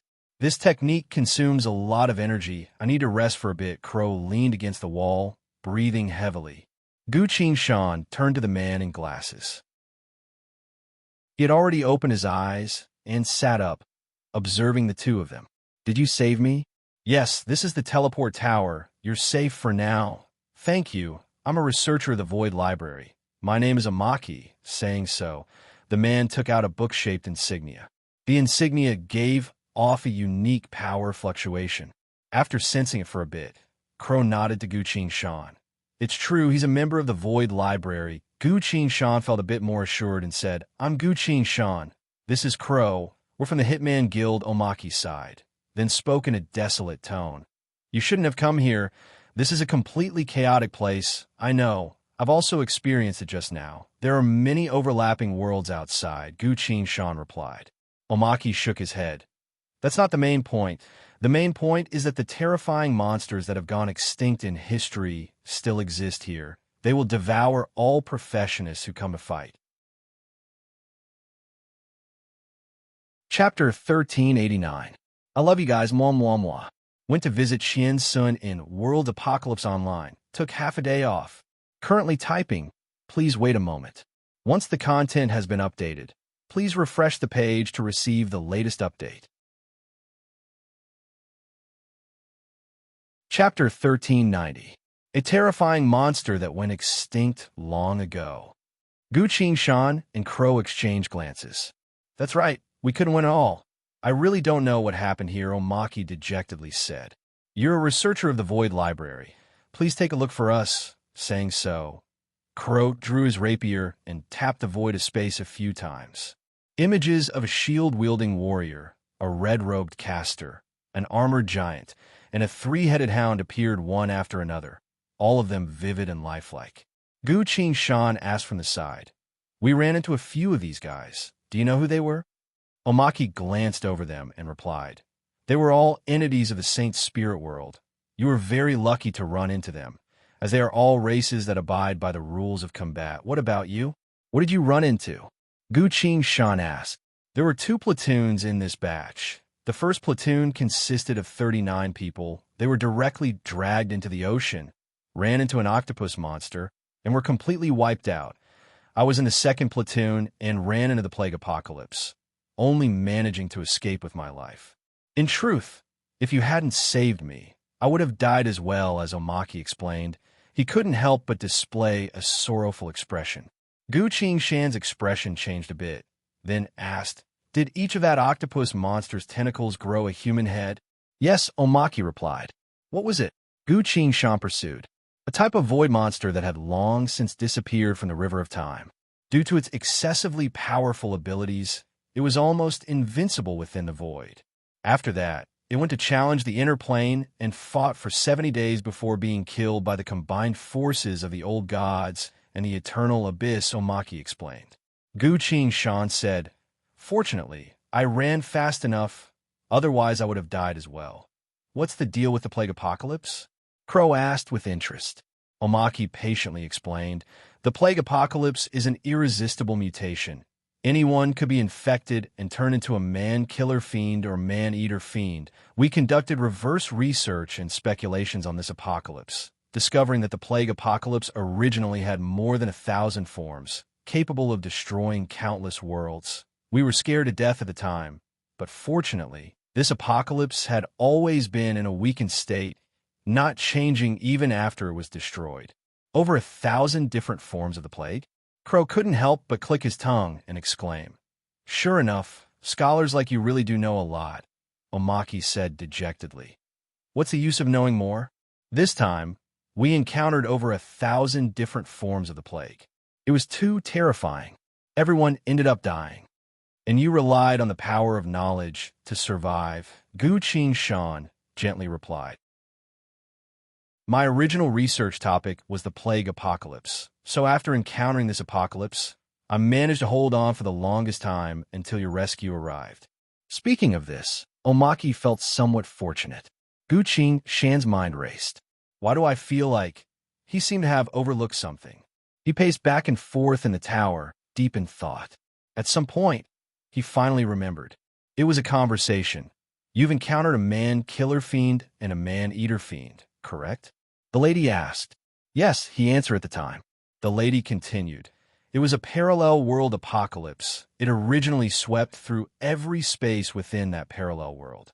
Not only were there man-killer fiends and man-eater fiends, but there were also over 1,000 different forms, some of which were simply irresistible and directly destroyed billions of worlds. Although this apocalypse managed to reach our world, it had already used up all of its power, leaving only the man-killer fiends and man-eater fiends." "That's right." Gu Qingshan silently clenched his fist.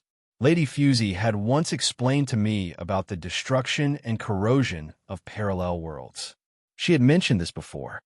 Countless overlapping worlds, a lost civilization, and a plague apocalypse at its peak." Lady Fusey's voice once again resounded in his ears. "For the remains of a parallel world and the apocalypse they carried, it is very difficult to change from a parallel state to a descended state, as it would consume a large amount of power. Those apocalypses that descended on our world were no longer as powerful, so they wouldn't cause too much of an impact. Under normal circumstances. Under normal circumstances. Under normal circumstances. Could it be?" Gu Qingshan felt a chill crawling down his spine. "The current moment is," he muttered. "According to the common human timekeeping system, it's currently 5 p.m. It's almost nightfall," Crow commented from the side. Gu Qingshan silently shook his head. "That's not what I'm asking. I used the power of the 3 coins to return to the moment of the Spire's destruction to fight against the Soul Shrieker. When the world of the Spire turned into a temporal oasis and headed towards the future, I used the distortion power of the space-time coins to escape from the temporal oasis and return to the moment when the Eternal Abyss and the Wraith Realm first began their war. At this point in time, I and Lin should have met up with Lola in the 900 million world layers, and the 3 of them should have returned to the Bramblebird Kingdom. Indeed, I'm currently at this moment. My past self was about to arrive at the Bramblebird Kingdom and meet up with Yi Fei Li, Zhang Young-ho, as well as Boss. And my current self was using the power of distortion, to travel through the tomb of myriad beasts to Void City, currently thinking of a way to infiltrate the Wraith Realm. This was a point in time. And it was at this point in time that the fate corrosion that the Wraith Realm had been planning for countless years had erupted within the Eternal Abyss. The Eternal Abyss was forced to flow backwards into the 900 million world layers and began to wage the most intense war against the Wraith Realm. What did Lady Fusey say about this? This is too important. Hurry and think. Hurry and remember. Gu Qingshan tried his best to recall. What's the matter? Crow noticed his strange expression and doubtfully asked. It's nothing. I'm thinking about something very important. We'll talk about it later. Gu Qingshan waved his hand dismissively. He was trying his best to recall the conversation he had with Lady Fusey. Suddenly, the scene of that conversation appeared in his mind again. Lady Fusey slowly explained. This parallel world was incredibly powerful, intensely fighting against the apocalypse, breaking away from the definition of parallel and falling into our eternal abyss, right next to the reality gate, which means our eternal abyss is currently enduring the fate of that powerful parallel world, as well as the aftermath of that parallel world's apocalypse. That's right, child. Gu Qingshan clenched his fist tightly. This time, it wasn't a normal situation. The countless overlapping worlds, the lost civilization, the plague apocalypse at its peak, could all of these be secondary effects of the fate corrosion? If they came from that incredibly powerful parallel world, everything would make sense. Did you think of anything? Crow observed his expression and curiously asked. Gu Qingshan replied without changing his expression, I didn't. It's nothing more than a few conjectures. I don't have any proof right now, so I can't take it seriously. That should be the case. Apocalypse, civilization, monster, everything from a parallel world had descended into this world. They were too powerful. No one in this world was a match for them. Bastards! Gu Qingshan suddenly felt a surge of killing intent. What exactly is the Wraith Realm trying to do? Not only do they want to win against the Eternal Abyss, but they also want to completely destroy this world. Ting, ting, ting. A notification sounded. Gu Qingshan turned around to see Omaki taking out an ID card and reading its contents. That's great. The situation here has attracted the attention of the higher-ups. More powerful professionists are about to arrive, and the Void War mode is about to be activated, Omaki said. What's a Void War mode? Gu Qingshan asked. When the infinite worlds of the Void feel that the quest method is unable to resolve the apocalypse, they will band together, gather their armies, and wage war, Omaki replied. Seems like they believe that the apocalypse here is still at unsolvable level, so it's still worth fighting for, Gu Qingshan commented. Indeed, Crow also sighed in relief and continued. That's for the best. We can barely protect ourselves in the current situation, but there are too many enemies, perhaps. Gu Qingshan's figure flashed and disappeared. Divine skill, ground shrink.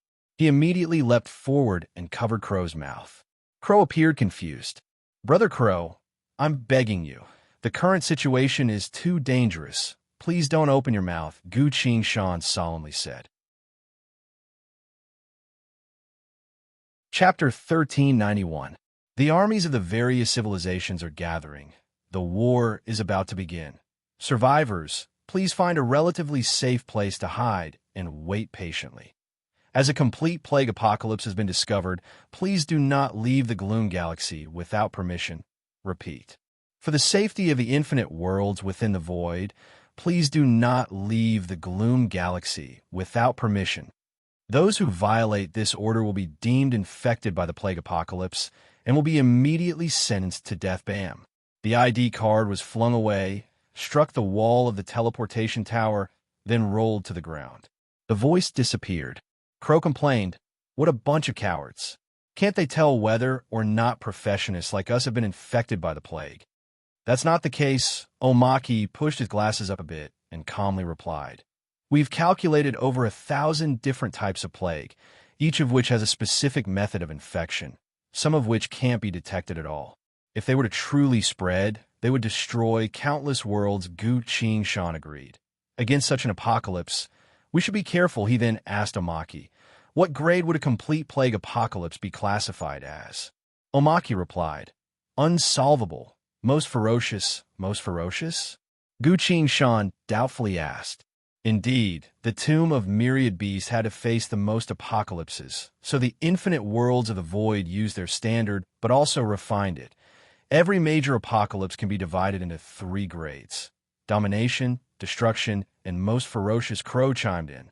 Among the unsolvable apocalypses, the complete plague apocalypse surpasses all other apocalypses of the same grade, thus being classified as most ferocious. Omaki replied. Domination, destruction, most ferocious. Gu Shan memorized this, considered it for a bit, then asked in a low voice, such a powerful apocalypse still hasn't been classified as unlivable? Omaki appeared bitter and sighed. Because within this apocalypse, you at least managed to save me. If it really was an unlivable apocalypse, you would have died as well. Above unsolvable was unlivable. No one could survive. No one. Crow added, it wouldn't just be us who would die. The entire infinite worlds of the void would classify this place as a forbidden zone. No one would be allowed to come here, nor would they gather an army. They would simply abandon this place at this point. The 3 of them felt a little heavy. Suddenly, the trio's identity nameplates gave out another notification sound. Notice to all. In a day and a half, the war against the apocalypse will begin. After the announcement, the identity nameplate fell silent again. 1.5 days. In other words, the 3 of them still had to stay in this teleportation tower for a day and a half. Crow muttered to himself, I'll have to wait for a day and a half. As long as there aren't any issues with the spatial runes on this tower, a day and a half should be enough. Gu Shan was startled and slowly turned to look at him. Unexpectedly, Omaki did the same thing. Not only did Omaki stare at Crow, he also carefully asked, Excuse me, are you the hitman known as Kurt Death Silver Crow? It's me, why? Crow was confused. 2 streams of tears flowed down Omaki's cheeks. He turned around to face the wall, took off his glasses, and wiped his tears. It's over. So it was him. The spatial runes on the teleportation tower will definitely malfunction, Omaki muttered in sorrow. Gu Shan seemed to have guessed something, so she crouched down next to Omaki and whispered, Is he famous? Omaki turned to look at Gu Shan and asked in confusion, Why are you in the same group as him? Do you have nothing left to live for? Hearing him say that, Gu Shan understood. If that's the case, Crow's ability to speak is actually quite famous. Hey, I'm listening.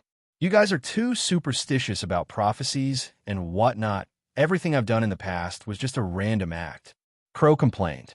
Gu Shan went silent. He silently sent his voice to Omaki. Didn't Crow go through a specialized test? I don't think they found anything. Omaki also silently sent his voice. That's right, his ability couldn't be detected at all, because the power of this ability had far surpassed the limit of the detector. Saying so, Omaki took out a piece of parchment and began to write something on it. As Gu Shan took a closer look, she saw that it was a will. After a bit of thought, Gu Shan sent her voice again. If he really was that powerful, he could have said something completely opposite, like something beneficial to us. Omaki didn't even look up as he quickly wrote and replied, This ability of his doesn't work on good things, only bad things. Gu Shan, then it really is hopeless. Could it be that this tower's spatial runes are actually malfunctioning? This tower's teleportation ability is the culmination of the wisdom and essence of the infinite worlds, which is why it can temporarily resist the apocalypses, lost civilizations, and terrifying monsters outside. If something were to happen to this tower, everyone would die. Gu Shan stayed silent for a bit, then took out a pot from her chest pocket. What are you doing? Crow asked in surprise. It's already evening, but I haven't eaten anything for the entire day, Gu Shan replied. I have some dry rations here. Crow took out a wrinkled bag of cold, hard food. Gu Shan glanced at it, then said, Yours won't do. Omaki smiled bitterly. That's right. Even if I die, I'll at least have a good meal and die with a full stomach. He had already finished writing his will. That's not the case. Gu Shan began to take out various ingredients and said, A sumptuous meal can help us obtain energy, adjust our state, and face more difficult situations with full spirit. A fire was lit. The pot was propped up, a bit of oil was poured in, which quickly gave off a sizzling sound. We'll eat something hot for dinner. Do you have any objections? Gu Shan asked. The two of them said nothing. This fiend must be a hungry fiend among fiends, Crow silently thought. The Last Supper, huh? This fiend sure has his own ideas, Omaki also thought. Since Gu Shan didn't hear any response, she decided to ignore them and directly prepare dinner according to her own ideas. The main ingredient was a large white fish from the stream behind by Huasek's mountain, a delicacy that even Xie Dao Ling loved to eat, because they were going to face the most dangerous, unsolvable apocalypse this time, as well as having two companions. Gu Shan specifically cooked a few more. These fish were all cut into fillets with near-perfect knife skills, wrapped in spirit wheat flour, mixed with Xiao Lu's brewed spirit wine, salt, ginger, and other ingredients, then marinated. At this point, the pot was already boiling. Spirit spring water was poured in, 16 special cultivation world condiments were added, a bit of sugar was added to enhance the freshness, then simmered for 7 to 8 minutes on low heat. It's very fresh. Gu Shan scooped up a spoonful of fish soup and slowly savored it. A few moments later, the pot was ready. Slices of fragrant fish meat mixed with the thick soup were poured onto a plate. Then Gu Shan took out a large bucket of special chili peppers and sprinkled them on. Large amounts of bright red chili peppers were sprinkled on top of the jade-white meat slices. Complemented by the faint glow of the soup, it was enough to make anyone's mouth water at a glance. Gu Shan then made 33 batches of her best barbecued pork, shrimp dumplings, shumai, sausage, black bean sauce pork ribs, glutinous rice chicken, fruit crisps, and other snacks, then used her dazzling movements to stir-fry half a pot of seafood fried rice. After that, he thought for a bit, then took out a large wooden box and opened it with a clack. Cold air flowed out, only to see that the box was filled with ice. A box full of strong liquor and other beverages were frozen inside. These were the drinks he prepared for himself after becoming an unsolvable hitman. And now that he's out on a mission, he can finally enjoy them. We might have to fight later. Drinking too much might cause problems. Gu Shan picked out 3 bottles of strong liquor, took them out, then put the wooden box back. 3 sets of utensils were arranged. There was liquor, fried rice, fish, and snacks. A table full of delicious food. Come, since we're outside, the conditions are limited, you should just eat a bit, Gu Shan called out to the two of them. No answer. The two of them were already stunned. There's an unsolvable apocalypse outside, as well as terrifying monsters, as well as the lost Saint Spirit civilization. And you want to eat boiled fish? Crow asked in disbelief.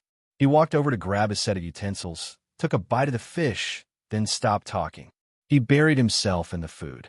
Gu Shan poured him a glass of liquor and said, "Eat slowly. No one's going to steal your food." Crow nodded without saying anything else. "You're not coming?"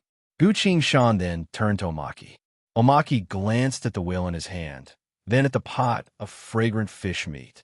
The bright red chili caused his mouth to fill with saliva. Gulping, Omaki said, "I want to preserve a bit of dignity before I die. So you're not going to eat?" Gu Shan asked. "So, I'm going to eat a bit more." Omaki received the utensils and also took a piece of fish meat. "Who would have thought I'd be able to eat something like this?" he muttered, then gulped down a glass of liquor. Seeing the two of them eating, Gu Shan didn't say anything else, took her own utensils, and slowly ate. The entire pot of fish meat, as well as the gravy, was swept clean. Crow and Omaki both rubbed their stomachs and leaned against the wall. "Just now, you said, eating is to adjust your state so that you can face even more difficult situations with full spirit?" Crow asked. "That's right." Gu Shan held a cup of tea and slowly sipped it. "Strange. Why do I only want to sleep after eating?" Crow said. He took out a sleeping bag from the void of space, climbed inside, and zipped it up. Omaki was still quite spirited, so he took out a book and began to read by himself. Gu Shan smiled and finished the cup of spirit tea in his hand. He stood up, placed one hand on the wall of the teleportation tower, and walked around the entire inner wall of the tower. The War God skills. Tab on the War God UI abruptly lit up. Lines of glowing text then appeared. Frowny face. This tower contains the following spatial warp construction methods. Star Spirit Warp. Super long distance warp formation of the Sorcerer World. Dark City type. Spatial expeditionary technique. High-grade insect hive natural warp rune construction method. To comprehend the spatial techniques described above, you will need a total of 27,534,000 soul points. Would you like to learn them? Yes, Gu Qingshan replied. An immense flow of heat flowed from his palm into his body through the inner wall of the tower, then stopped in his thought sea and turned into countless knowledge related to spatial warp. Gu Qingshan stood there, closed his eyes, and quickly absorbed all the knowledge. What are you doing? Praying for the last time? At some unknown point, Omaki had looked up curiously at him. A few moments later, Gu Qingshan opened his eyes. No, I'm just dealing with the crow's mouth, he smiled. Chapter 1392. Gu Qingshan circled around the warp tower, constantly moving around it. He began to observe the spatial runes on the walls. Now, as soon as he saw each rune, he would immediately understand the meaning and usage of the rune, as well as how to create and repair these runes. By the time he finished memorizing all the spatial runes, it was already late at night. There shouldn't be any problems now, Gu Qingshan muttered, then turned to the other two. Omaki was focused on writing something. Crow's sleeping bag was sealed, completely motionless, most likely asleep. Gu Qingshan walked over and patted the sleeping bag. What is it? Crow's voice resounded from inside the sleeping bag. There's something, Gu Qingshan replied. The sleeping bag opened. Crow sat up and cautiously asked, Did you notice something? Nothing. I just wanted to resolve your issue, Gu Qingshan replied. I already told you, when I went through a test in Void City, I didn't find any abilities related to the spirit of speech, or for example. Crow paused for a bit, then continued. I said that 900 worlds are about to fall from the sky and directly destroy the entire Gloom Galaxy. And that's about to happen. Gu Qingshan looked at him, then released her inner sight to observe the wilderness and the stars outside. Nothing happened. Crow shrugged. I've tried this countless times, but the result is that what I say doesn't always come true. However, there are some exceptions, for example, during combat missions, where we would inevitably face various difficult situations. In truth, as long as anyone is willing to assume the worst-case scenario, they would find themselves in the same situation as me. Gu Qingshan was a bit surprised, then pondered. Things that can turn out to be bad will always turn out to be bad. If you're worried about something happening, then it's very likely that it will happen. Crow slapped his thigh and said, That's right. As hitmen of our level, the missions we take part in are always the most dangerous of all. If anyone else were to do what I did, as long as they paid even the slightest bit of attention to their surroundings, they would naturally have the same concerns as me. And these concerns would always come from their judgment of the situation, which would eventually prove to be true. So you don't think it's your problem? Gu Qingshan asked. Crow asked in return, If it's really my problem, I just said that 900 worlds were about to crash into the Gloom Galaxy. Did that happen? Gu Qingshan's inner sight continued to extend outwards, observing the night sky. Nothing had happened. Omaki's voice rang out. You're right. There is indeed such a possibility. It's because things are going to develop that way. You're just analyzing it in advance. He walked to the side of the two of them and continued. But we have a colleague in the Void Library who once did a research report on misfortune.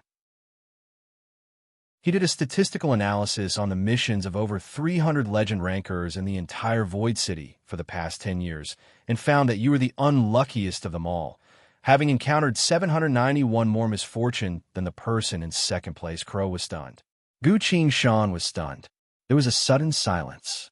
Omaki said apologetically, I'm sorry, but we're a scientific research institute, so everything is based on data, but I've done a total of 63 different tests. None of them showed that I've been cursed, nor did I have the corresponding ability. Crow jumped up and shouted. Gu Qingshan scowled. Is there really no way to find out what's going on with him? At least, not even Void City's public testing institutions, Omaki pridefully replied. Gu Qingshan's eyes flickered a bit. Crow sighed, appearing a bit lonely. Fine, regardless of what ability it is. I don't want to know. I never want to know. He turned around and faced the wall. Guqing Shan looked at him, then at Omaki. Omaki shrugged and made an apologetic gesture. Guqing Shan fell silent. A few moments later, he stepped forward, patted Crow's shoulder, and asked, "Do you know, what's my most powerful ability?" Crow didn't turn around, but was intrigued and asked, "What is it?" Omaki also looked at Guqing Shan. Guqing Shan replied, "My most powerful ability at first was dancing with my butt, huh? Huh?" Crow looked at him doubtfully. This fiend, dancing with my butt? Just imagining it shows how shameful that is. How could this fear fiend do something so shameful? Guqing Shan continued, "That's right, I couldn't do anything about it, but I didn't give up on this ability. Instead, I gave up on my dignity and continued to train myself. And then you got a girl?" Crow asked. "No, I got better at dancing, then did a lot of things that others couldn't," Guqing Shan replied. He took out a bottle of liquor, gave it to her, and continued, "Crow, you're very impressive, but you instinctively avoided this ability. I don't think that's necessary. We should learn more about this ability. After all, there's no such thing as a good or bad ability. The most important thing is how you use it." Crow received the bottle, took a sip, and muttered, "I can't think of any other way to examine it right now." Guqing Shan's gaze turned to Omaki. "You're both researchers and collectors of infinite worlds knowledge. So I'm guessing that your examination ability wouldn't be any weaker than the public examination organizations of Void City. Or perhaps you're not as good as them? How could we not be better than them? We might be discreet, but we're the true authorities." Omaki shouted. He looked at the two of them, then took out a metal-covered book from his chest pocket. His expression turned serious as he spoke in a low voice. "In consideration of how you saved me, I'm willing to spend my own research points to activate this Grand Library Search General Outline. Is this book very valuable?" Guqing Shan asked. Omaki replied, "The Void Grand Library Search General Outline is the Void Library's peerless treasure of knowledge, a collection of all known top-notch knowledge. Only high-ranking members of the Void Library have the chance to use it, and it's rarely used on outsiders, because we ourselves have countless problems waiting to be researched. Thank you.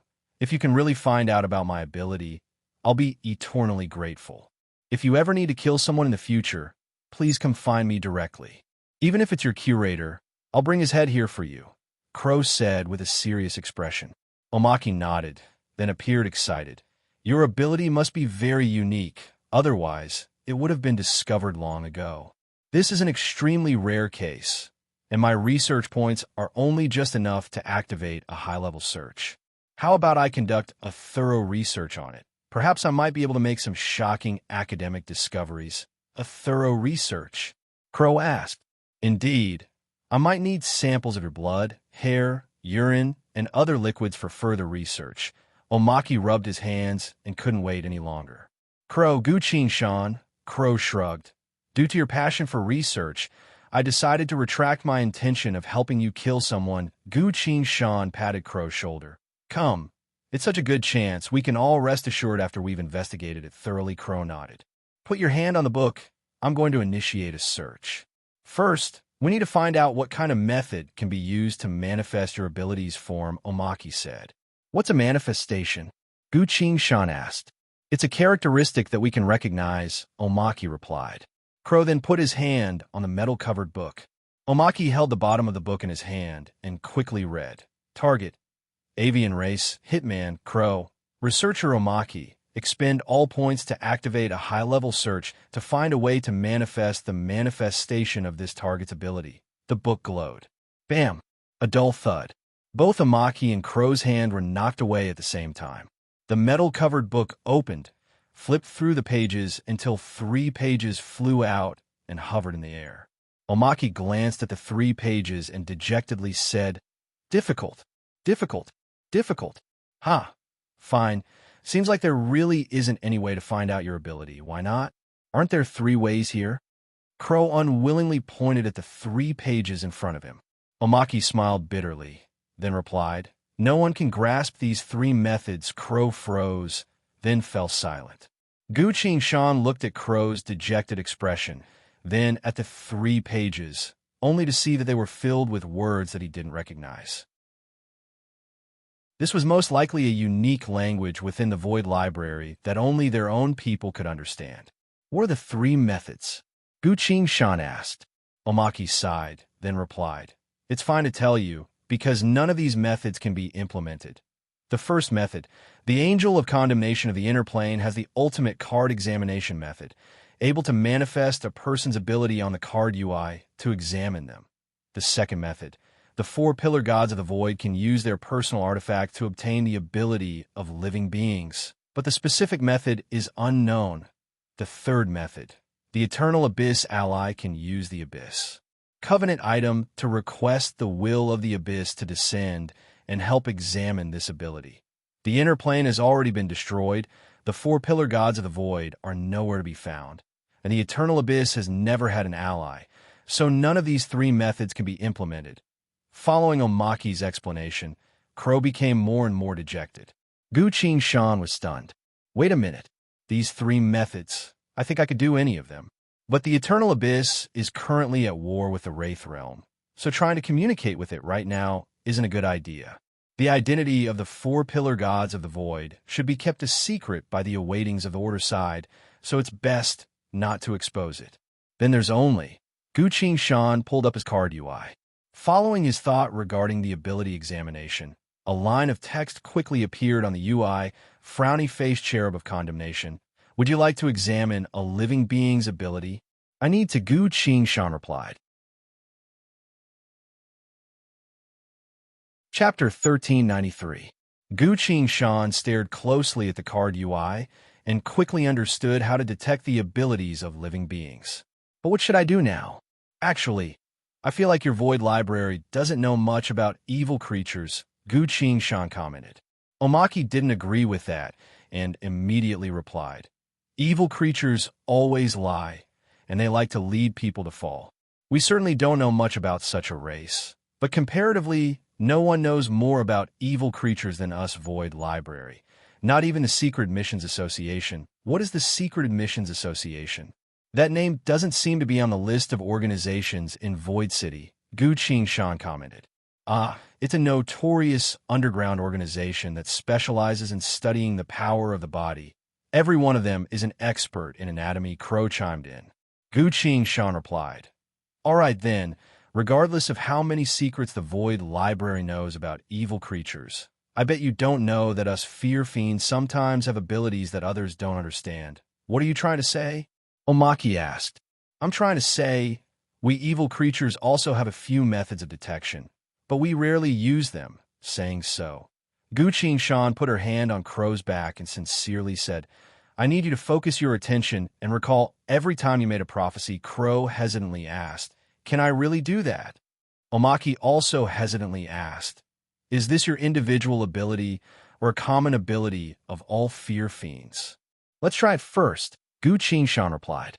Crow closed his eyes and began to recall every time his prophecy succeeded. Gu Qingshan kept her hand on his back and glanced at the card UI.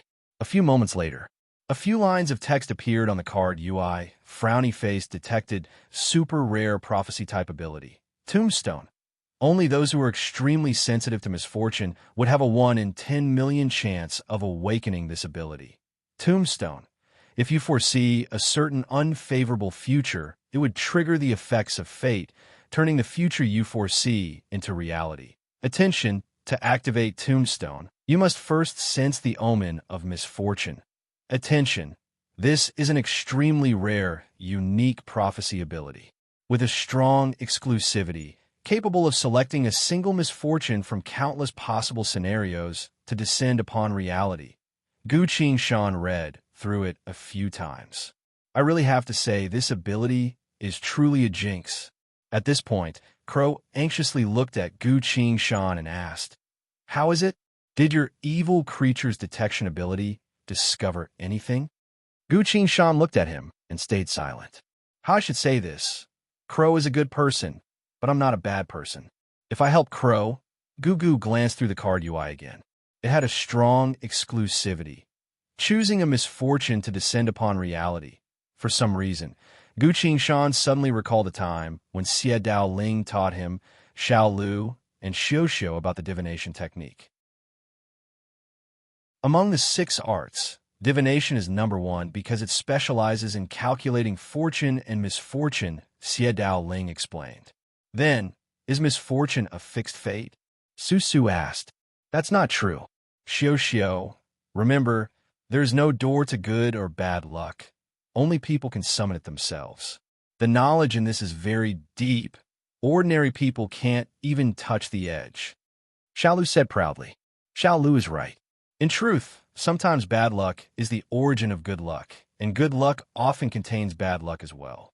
As the saying goes, only man can summon himself, which means that the most important factor between good and bad luck is the actions of a person. A person's good and evil thoughts, morals, and ability can all determine the direction of good or bad luck, Xie Dao Ling casually explained. Gu Qingshan quickly gathered his thoughts and had an idea. He suddenly appeared excited and told Crow, I've discovered what exactly your ability is. Great. This is impossible. Crow and Omaki cried out in unison. Gu Qingshan said, remember this well. This ability of yours is called Good Luck Avoidance Technique. Good Luck Avoidance Technique. Crow and Omaki both exclaimed in unison again. Yes, Good Luck Avoidance Technique. Its activation condition must be when you sense that some sort of bad luck is about to appear, Gu Qingshan said. Go on. Crow held his rapier tightly, trying to calm his nerves. Normally, when people sense the arrival of misfortune, the situation is already irreversible. But you can choose a type of misfortune that isn't as severe and turn it into reality, thus excluding the other types of misfortune that are especially dangerous, Gu Qingshan explained. For example, let's say that 2 people are going to die together in a duel. At this time, if you know what will happen to them, say in advance, they will both be beaten black and blue by each other. After that, they will really be beaten black and blue by the other party, but they won't die together. Crow slowly retracted his gaze, standing there in thought. Gu Qingshan then added fuel to the fire. Have you always been avoiding casualties during missions, so you've never mentioned anything about death? Crow nodded. Gu Qingshan continued. Then for the past few years, you've always completed any missions perfectly? Crow thought for a bit, then nodded. That's not right, Omaki called out. Before, he didn't know about this ability of his, so he only mentioned relatively dangerous situations when he wasn't aware of it. Gu Qingshan raised her eyebrows, then continued. That's great from now on, Crow. You can help us reduce the danger of various situations. Crack. Crack. The sound of shattering could be heard. The 3 of them looked up, only to see that quite a few runes were cracking on one of the walls. An intense gust of wind seemed to be howling outside. This gust of wind contained terrifying power, so much so that even the warp tower that was originally isolated from the outside world was about to collapse. This is the misfortune he mentioned before. The entire tower is about to be destroyed. Omaki said in despair. It's fine, I'll do it. Gu Qingshan walked to a corner of the warp tower and took out a set of repair tools from it. To deal with sudden dangers, these tools specifically used to repair warp formations were usually kept inside the warp tower. Gu Qingshan picked up a set of rune carving pens, flew up, and hovered next to the wall. He quickly repaired the runes according to the various warp knowledge he had learned before. You know how to do this? Crow was surprised. I've only learned it for a few days. It's just a small trick. Gu Qingshan landed, placed the repair tools next to his feet, and casually explained. Crow suddenly noticed something and said, the warp tower is a very intricate facility. Something happened just now, so it would definitely produce some chaotic fluctuations that would attract those. As he said this, he suddenly realized something. My ability. I'm activating my ability. Remember this well. This ability of yours is called Fortune-Seeking Danger Avoiding Technique. Everything Gu Qingshan said just now quickly flashed through his mind. In the blink of an eye, Crow's tone changed and said, the weakest plague monsters. They will come to check the situation. That was all. Gu Qingshan and Omaki both looked at him. You activated your ability again? Omaki asked. Yes, this feeling is the same as before, But at the very last moment, I changed the strongest plague monster to weakest plague monster, Crow admitted. The three of them went silent. Let's wait and see. We'll know the results soon enough, Gu Qingshan muttered. He turned to the card UI again, focusing on a certain line of text. Frowny face attention. This is an extremely rare, unique prophecy ability with a strong exclusivity, capable of selecting a single misfortune from countless possible situations to descend upon reality. A strong exclusivity. I hope this is as I think it is. Time ticked by. The howling wind outside slowly weakened until it became silent. Following that, a series of small noises resounded. Tap, tap, tap, tap, tap. Someone was slowly approaching the teleportation tower. Gu Qingshan released her inner sight to check. It was a few man-eater fiends with incomplete bodies. They were indeed the weakest monsters within the plague apocalypse. Success. Gu Qingshan turned to Crow and smiled. I can see that the ones coming are indeed the weakest apocalypse monsters. Crow sensed it. Omaki also sensed it. Unbelievable to be able to determine the level of misfortune. Omaki muttered. Crow drew the rapier at his waist and lightly swung it through the teleportation tower. The sound of footsteps outside instantly disappeared. Flames appeared out of nowhere, burning the few man-eater fiends into ashes. Fortune-seeking danger, avoiding technique. Crow swung his rapier, then suddenly chuckled and sighed. So I've always had such a powerful fate-type prophecy ability. If I could detect it a bit earlier, I wouldn't have to be so depressed every day. His entire being was in high spirits, looking like a sharp, unsheathed blade. Gu Qingshan raised her thumb and agreed. Indeed, you are the one in a million, Crow of prophecy. Chapter 1394. The night slowly passed. The three of them were resting inside the teleport tower. Hey, Dragon King of Atrocity Jail, how did you manage to determine his abilities? Omaki asked. That's a secret of our evil race, Gu Qingshan replied. The secret of the evil race. Omaki muttered in disbelief. Indeed, and only the strongest of the fear fiends know this secret. So I'm sorry, but I can't tell you, Gu Qingshan replied. Omaki looked at Gu Qingshan in shock. A fear fiend actually has such an ability? Seems like the Grand Library's research on evil creatures is still far from enough. Gu Qingshan didn't say anything else and took out another pot to prepare some ingredients. It was now morning. Breakfast is one of the three most important things of the day, as it's related to my mood and energy for the entire morning, he muttered to himself. What are the other two most important things of the day? Omaki asked. I'm guessing it's lunch and dinner, Crow replied. No, it's waiting for reinforcements and preparing to enter battle, Gu Qingshan replied. Following that, Gu Qingshan personally made another table full of dishes. The three of them had a good meal. After the meal, this damned plague apocalypse. Speaking of which, if I'm stuck here any longer, I'm going to get fat. Crow rubbed his stomach. After learning about his new ability, the shadow in his mind had been swept away, and his appetite had returned. Although he already had it. Can't you just eat a bit less? In the end, it's still a matter of self-control, Omaki teased him. He leaned against the wall, rubbing his stomach like everyone else. Speaking of which, around noon, Void City's army should arrive, right? Gu Qingshan asked. From the timing, it should be, Crow replied. Crack, crack, crack. A clear cracking sound resounded from the ceiling of the teleport tower. Even with the most powerful spatial techniques of the Void, the overlapping worlds outside were still invading this place. There was a limit to how long the transmission tower could last. Fortunately, Gu Qingshan had learned many spatial spells, so she was able to repair the teleportation tower and greatly extend its lifespan. Gu Qingshan took out the spatial rune inscription pen, smeared the spare rune materials on it, and flew up. On the ceiling, he carefully and cautiously outlined new runes. Moments later, the repairs were completed. Gu Qingshan heaved a sigh of relief and looked at the toolkit that came at the transport tower. There was still about half of the repair materials left. Hopefully, they would be able to hold on until the army arrived. Suddenly, A slight sound came from below. Guqing Shan looked down, only to see that Omaki had crashed into the wall and collapsed to the ground, while Crow stood on the other side with a confused expression. Guqing Shan landed and asked, "What happened?"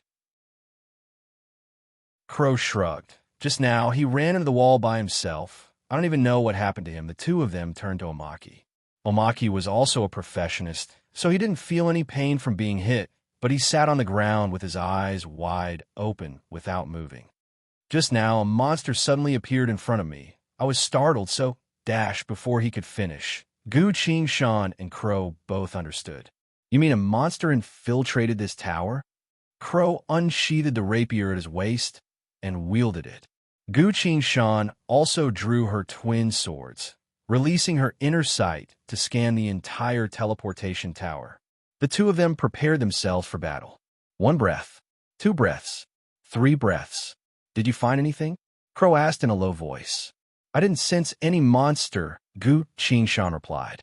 Their gazes fell onto Omaki. "I'm not lying," Omaki hurriedly said. "I really saw a monster that had gone extinct long ago."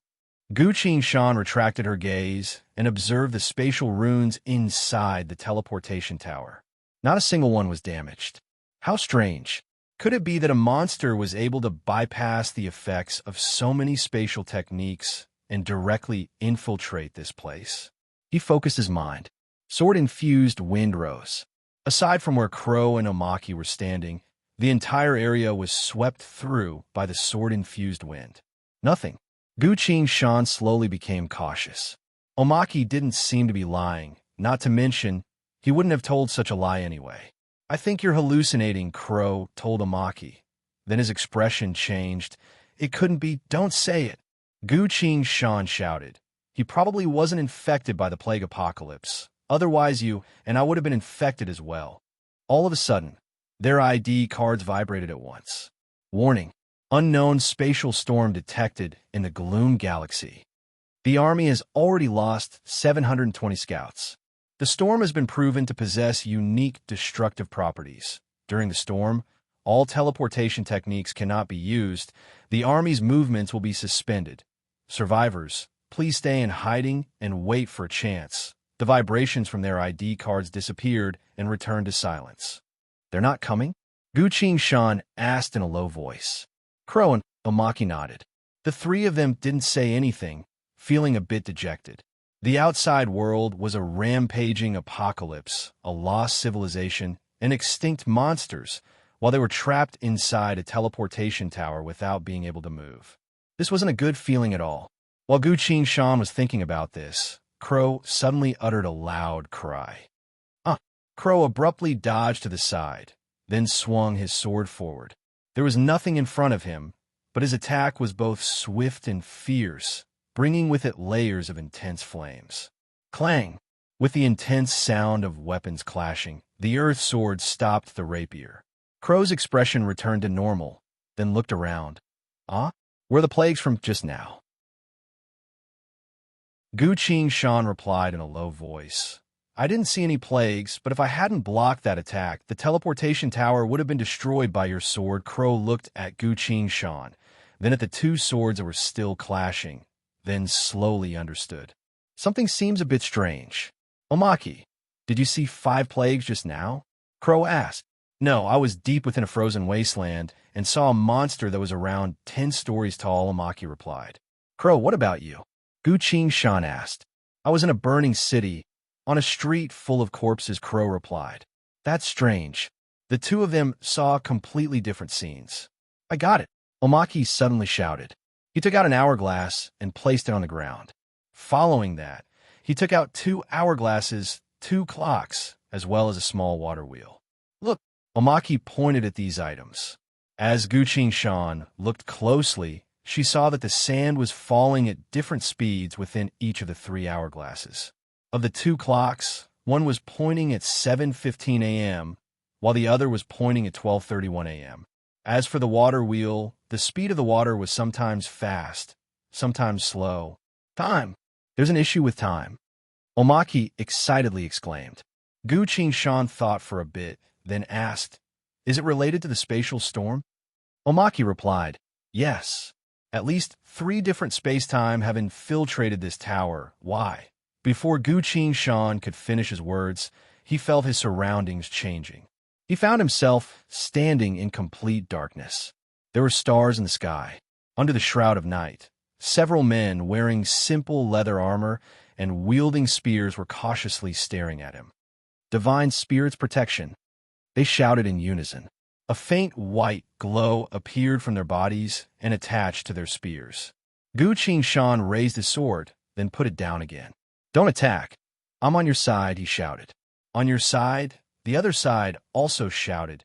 "You've already mutated to this state. You must have been infected by the plague."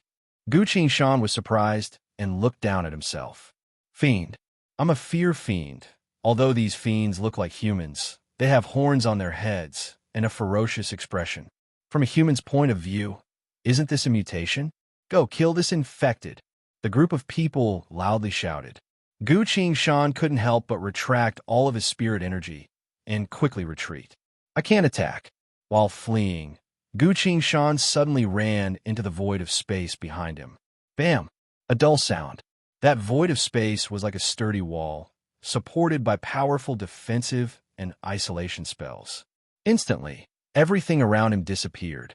Gu Shan found himself back inside the tower. Sure enough, it was the wall of the tower behind him. "What did you see?" Omaki couldn't help but ask. "It's different from the rest of you. It was a village. They thought I was infected by the plague apocalypse," Gu Shan said. "I'm glad I didn't attack just now. I should have been inside the overlapping space just now. So if I attacked, I would have damaged the tower. That would have been the end." Gu Shan's thoughts quickly turned and asked, "Omaki, the overlapping space has already spread into this tower. How should we deal with it now?" Omaki took out a small, intricate instrument and shook his head while looking at it. "I can only calculate the extent of the overlapping space. How could I answer such a profound question?" Crow immediately said, "No, we need to leave right now." Gu Shan shook her head.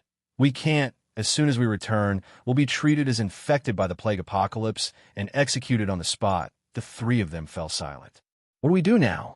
All of a sudden, they felt an indescribable pulling force. This power formed a connection with something in their bodies. The 3 of them took out their ID cards at the same time, only to see cracks appearing on their ID cards. "Strange. Why can't the ID card withstand the overlapping space?" Crow asked. "It's no longer a spatial overlap." Omaki appeared fearful and showed the intricate instrument in his hand to Gu Shan and Crow. Several lines of text were flickering madly on it. Frowny face. "Attention. The worlds are currently in a state of fusion. Attention. The worlds are currently in a state of destruction. Fusion. Destruction." The 3 of them looked down at the ID cards in their hands. The cracks on the ID cards were increasing. Gu Shan sighed and muttered, "We're no longer in any of the worlds within the space vortex. So the ID cards believe that we're dead. That's impossible. As long as we're in any of the worlds within the space vortex, the ID cards wouldn't be isolated," Omaki loudly shouted. Gu Shan didn't say anything. Indeed, that's indeed the case. But those worlds, just now, all originated from a powerful parallel world. And not just one. All of a sudden, the 3 ID cards vibrated at the same time. A cold and solemn voice resounded. "Frowny face. The spatial storm is expanding within the space vortex. Through 36 different methods of investigation, it has been confirmed that the entire Gloom galaxy has been destroyed. No one survived." Hearing this, Omaki hurriedly shouted, "How could no one survive? We're still alive." He tapped the ID card to turn on the communication function, only to find that it was slowly breaking apart. The voice from the ID card remained unmoved and continued. Frowny face. "Order. Begin lockdown of this star region, forbidding entry of all personnel. All world armies are to be dismissed. Return to your respective worlds. Overseers, prepare to take over and set up the barrier of this star region. From this moment onwards, this star region's apocalypse has been assessed as lifeless. Commander, Crack." As soon as he said that, the 3 people's identity nameplates completely shattered. World Apocalypse Online. World Apocalypse Online. Chapter 1395. The Wraith Realm. From the boundless darkness, a withered hand reached out and formed a hand seal. Following that, another jet-black hand reached out and formed a hand seal. Fate Hex, Death's End Shadow. Immortal Craft, Miraculous Reflection. Two voices shouted at the same time. The void of space silently opened. A boundless darkness appeared in front of the wraiths. A silhouette of a soul flew out, headed straight into the darkness, and landed in front of a wraith statue. It was White Eagle, Gong Wu's soul light. Following that, a cold voice resounded from the statue. "What is the name of our spy in the Hunter Guild?" Someone immediately answered, "White Eagle, Gong Wu, a titled hunter." "Very well. I just sent him probe that evil creature, and he died. Come, let me see if the one who killed him was that evil creature or something else." The two voices from before replied in unison. "Yes, Sir Wraith Lord." Layers upon layers of light manifested into a scene. This was the final scene that White Eagle, Gong Wu, saw before his death. "Dying," someone shouted. The spear pierced through his chest, followed by the bombardment of spell. An armored warrior and a caster. White Eagle, Gong Wu died under their combined attack. One of his aides said, "Sir Wraith Lord, it seems White Eagle, Gong Wu died under the attack of that apocalypse." This was very clear. But the Wraith Lord remained silent for a bit, then said, "I still feel like something isn't quite right.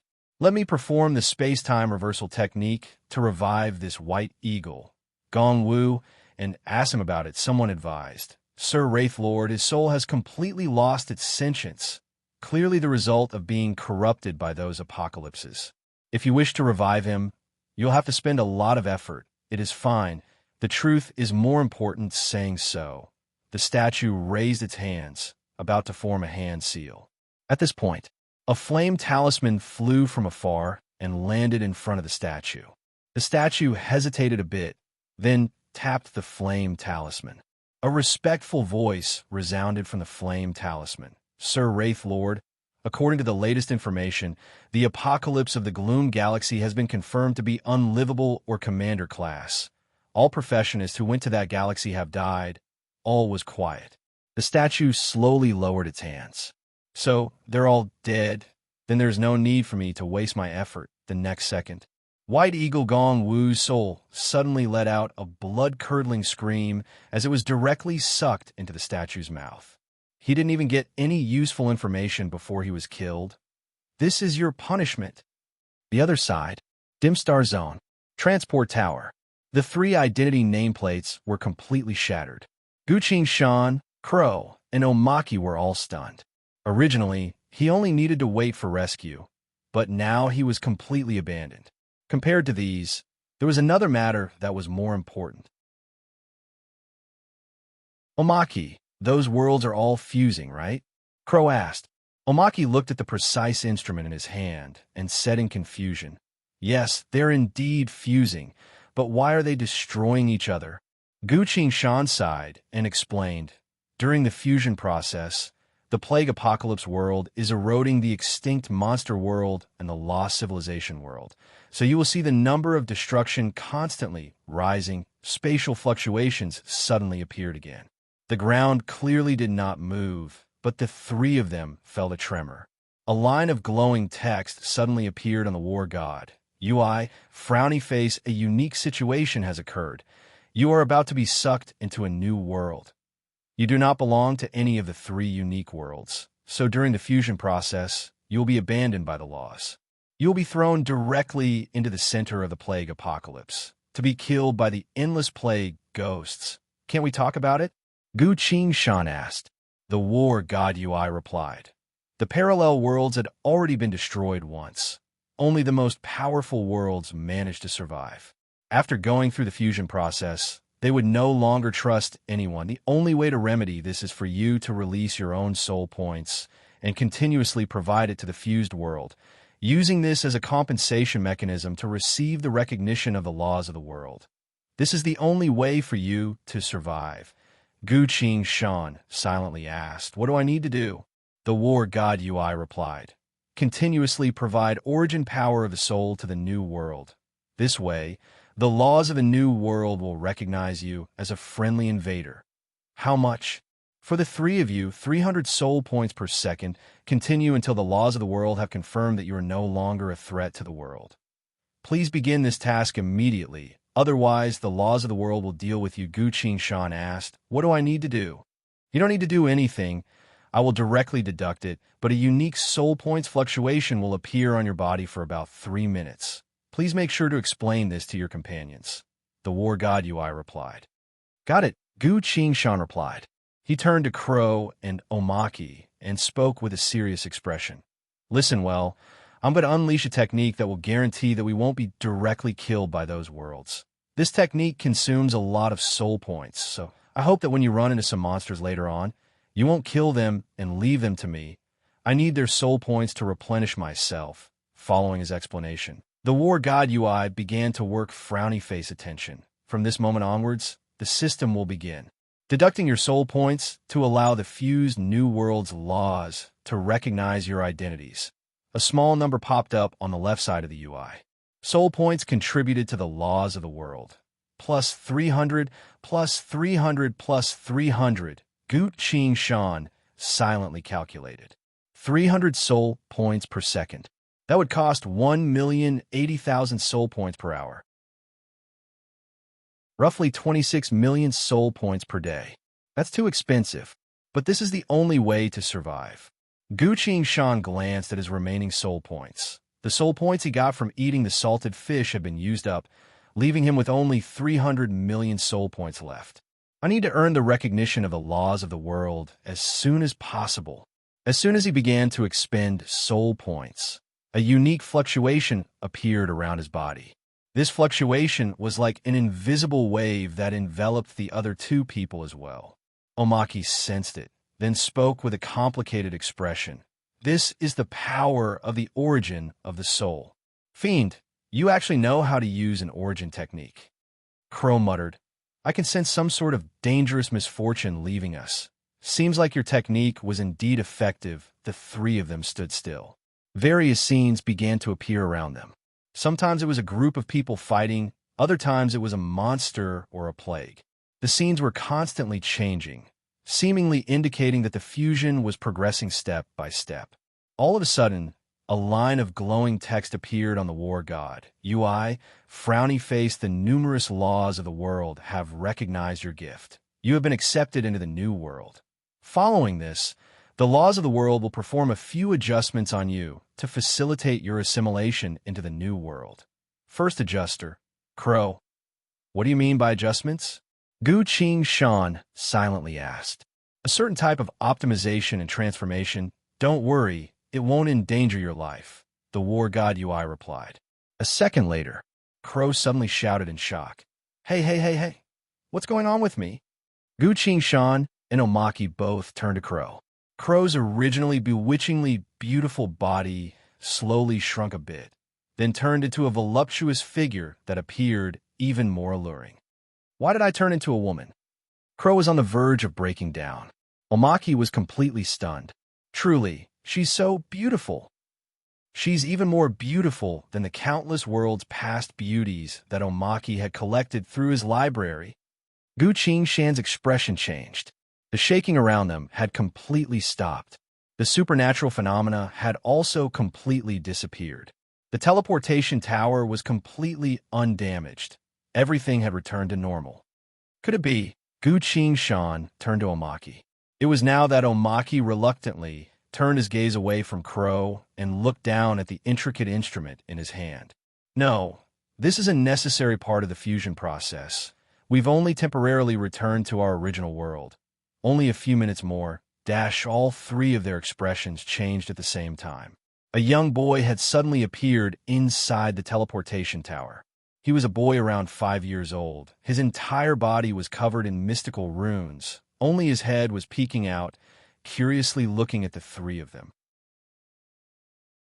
A long purple chain was attached to the boy's back. Not only was it holding him in place, but it was also giving off a purple glow that enveloped him. Ah, he's one of us, Gu Qingshan hurriedly said. This was Buttercup's son. Who would have thought that he would appear here? The boy pulled the chain behind him. then turned around and shouted, "Mom, he's not dead." Saying so, he then looked at Gu Shan and said, "Uncle, so you're not dead." My mom was so worried, mobilizing so many ominous demons to contribute their power, and even wanted me to use my own ability to take a look. Hearing that, Gu Shan was both touched and worried. "Hurry! This place is about to fuse into another world. You can't get dragged into it. Also, tell your mom not to worry. I'll be fine on my side," he quickly told her. The boy replied, "Truthfully, I'm currently in another isolated space. I can't save you either." He pulled the chain behind him again, loudly shouting, "Mom, this place is very dangerous. He told me to return. He should be able to handle it." A short moment later, the boy seemed to have received some sort of information and nodded to Gu Shan. "Then let's do it this way. If you're so lucky, continue to take care of yourself." He turned around to leave. "Wait." Crow suddenly walked up. He also knew that time was limited, so he quickly said, "Your ominous demon tower has a male-female transformation technique. Can you teach it to me? I'm willing to pay any price. I need this ability." The boy glanced at him, then froze. This woman, she's too beautiful, enough to charm all living beings. Gu Shan was also stunned. However, since ominous demons could give birth to their own children, compared to that, a male-female transformation technique wasn't anything strange. "You want to learn the male-female transformation technique from me?" the boy asked. "Yes." Crow's beautiful eyes showed a look of desire. "You're willing to pay any price?" the boy asked again. "Yes." Crow lightly pursed his lips. The boy went silent briefly, then suddenly pulled the chain again, shouting, "Mom, a woman is flirting with me." In a split second, the chain dragged the child and disappeared into the void at lightning speed.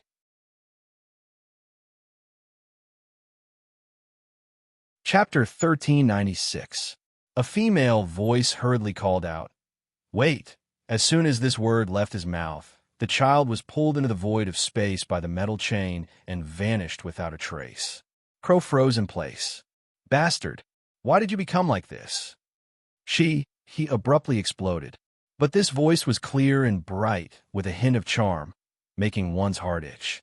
One couldn't feel the anger in it all. Gu Shan hurriedly consoled him. "Calm down. This is only a temporary modification of us by the laws of this world. Perhaps when we leave this world and return to our original one, the changes to our bodies will disappear." No, this Great One doesn't believe it. This Great One is going to risk his life against this new world. "Oomph," Crow angrily declared. Gu Shan froze. "Go ahead and risk your life. What are you snorting for? You're actually starting to get into character." Crow drew the rapier at his waist and lightly swung it a few times. "Fortunately, I still have my powers," he sighed in relief. As Gu Shan was about to say something, lines of glowing text appeared from the void of space. "Frowny face, you've continuously contributed origin power of the soul, receiving the praise of the new world. Following this, the laws of this world will continue to modify you to facilitate your assimilation into the new world." Second modifier. Omaki. After reading through these lines of text, Gu Shan turned to Omaki. Compared to Crow, Omaki's change was even more dramatic. With a resounding poof, white fog filled the area where Omaki stood. After all the mist dissipated, a khaki-colored plush duck doll appeared on the ground. "No!" The duck plushie covered its face with its wings and cried out in despair. "Why did I become a doll?" Crow glanced at the duck on the ground, then at his own body, then slowly shut his mouth. "Rather than becoming a duck plushie, I might as well become a woman. If I become a woman, I'm still considered a human." "Ahaha! How cute! Omaki!" She squatted down and gloated. Gu Shan's expression was a bit solemn as she said, "I'm guessing that you have too much knowledge, and this knowledge will greatly affect the fate of the new world. So, in order to eliminate this possibility, the laws of the world turned you into a duck plushie. This way, you can't do many things." The duck was stunned for a while. Suddenly, it clenched one of its wings into a fist and punched the other. It said angrily, "You're right. It's because I'm too knowledgeable. They're afraid that I'll change the world." It howled miserably. The truth is always in the hands of a minority, and the fate of a minority is always so tortuous and difficult. Fate, are you testing me? Crow and Gu Qing Shan exchanged glances. That's a line from an opera. Crow signaled Gu Qing Shan with his eyes and sent his voice. Gu Qing Shan was speechless. Suddenly, the woman and the duck doll turned to look at him. Why haven't you changed? They said in unison. Without waiting for Gu Qing Shan to reply, new lines of glowing text appeared in the void of space. Frowny face, the fusion of a new world is about to be completed, as you have continuously contributed your soul origin power to the new world. The new world spirit is about to be born and will appear in front of you to converse with you. Please deal with it carefully. One, it's here. Gu Qing Shan suddenly felt the woman and the duck in front of her, as well as the entire teleportation tower, disappear. The world became dark. All of a sudden, from the darkness, a vast galaxy of stars manifested. These stars filled the sky, giving off a deep blue glow that illuminated Gu Qing Shan's body. A notification suddenly popped up on the war god UI. Frowny face, the other party is currently sensing your title recognized by the laws of the infinite worlds. You may choose to hide your title or let it see you. Gu Qing Shan immediately replied. There's no need to hide it, just let it see you. Understanding each other is the first step to resolving any misunderstandings. Understood. A few moments later, the blue glow slowly turned gentle.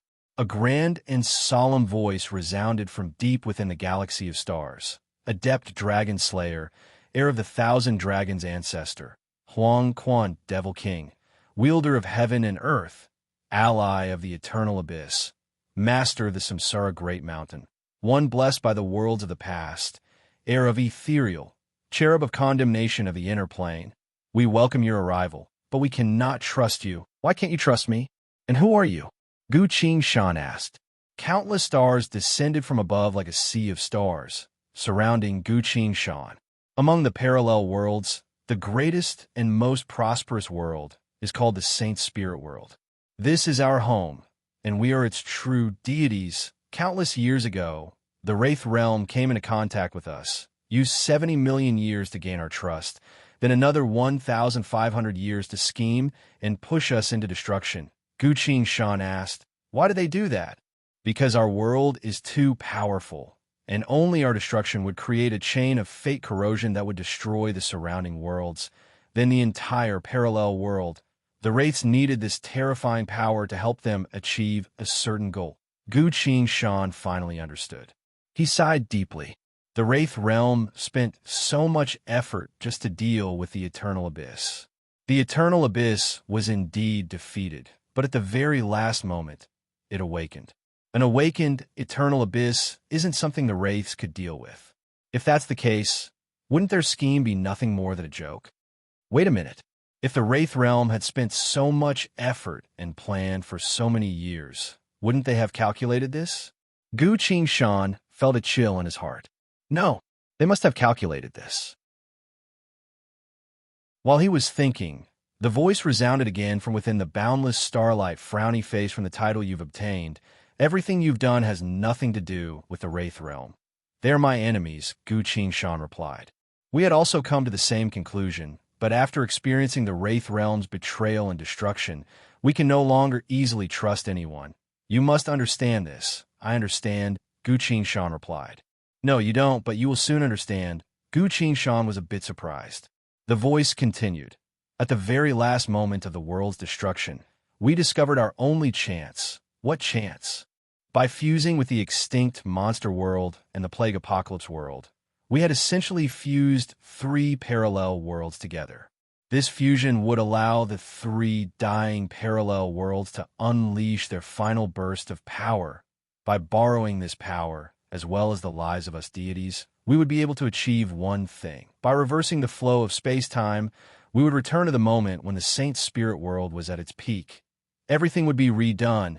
The people of the Wraith Realm, they would once again appear in history, but this time, it wouldn't just be them. Following the fusion of the worlds, the plague, and monsters would also slowly descend. Wait a minute. Gu Qing Shan spoke in a low voice. You've paid with your lives, so you're already dying? We will no longer be deities.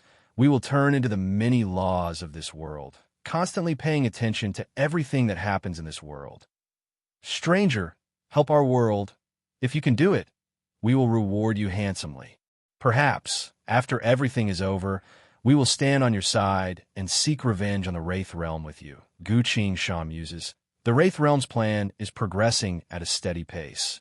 If we waste too much time, by the time we regain our senses, the Wraith Realm would have already become even more powerful. Don't worry. Through the fusion of 3 parallel worlds, the new world's flow of time will be different from your world. The voice slowly faded. All the starlight returned to the sky and returned to silence. A line of glowing text quickly appeared in front of Guqing Shan's eyes, frowny face. The world's new consciousness has been born. Time has begun to reverse. Everything that happened in history will repeat itself. But the difference is that aside from the wraiths, there will also be extinct monsters and the plague apocalypse gradually descending. The world's new consciousness is currently adjusting you to allow you to fully assimilate into the new world. The third adjustment. Guqing Shan had noticed some changes. His fear fiend form was slowly dissipating and returning to his human form. He had returned to his original appearance. Compared to an evil creature, a human form was naturally more suitable to survive in the Saint Spirit world. And that wasn't the end.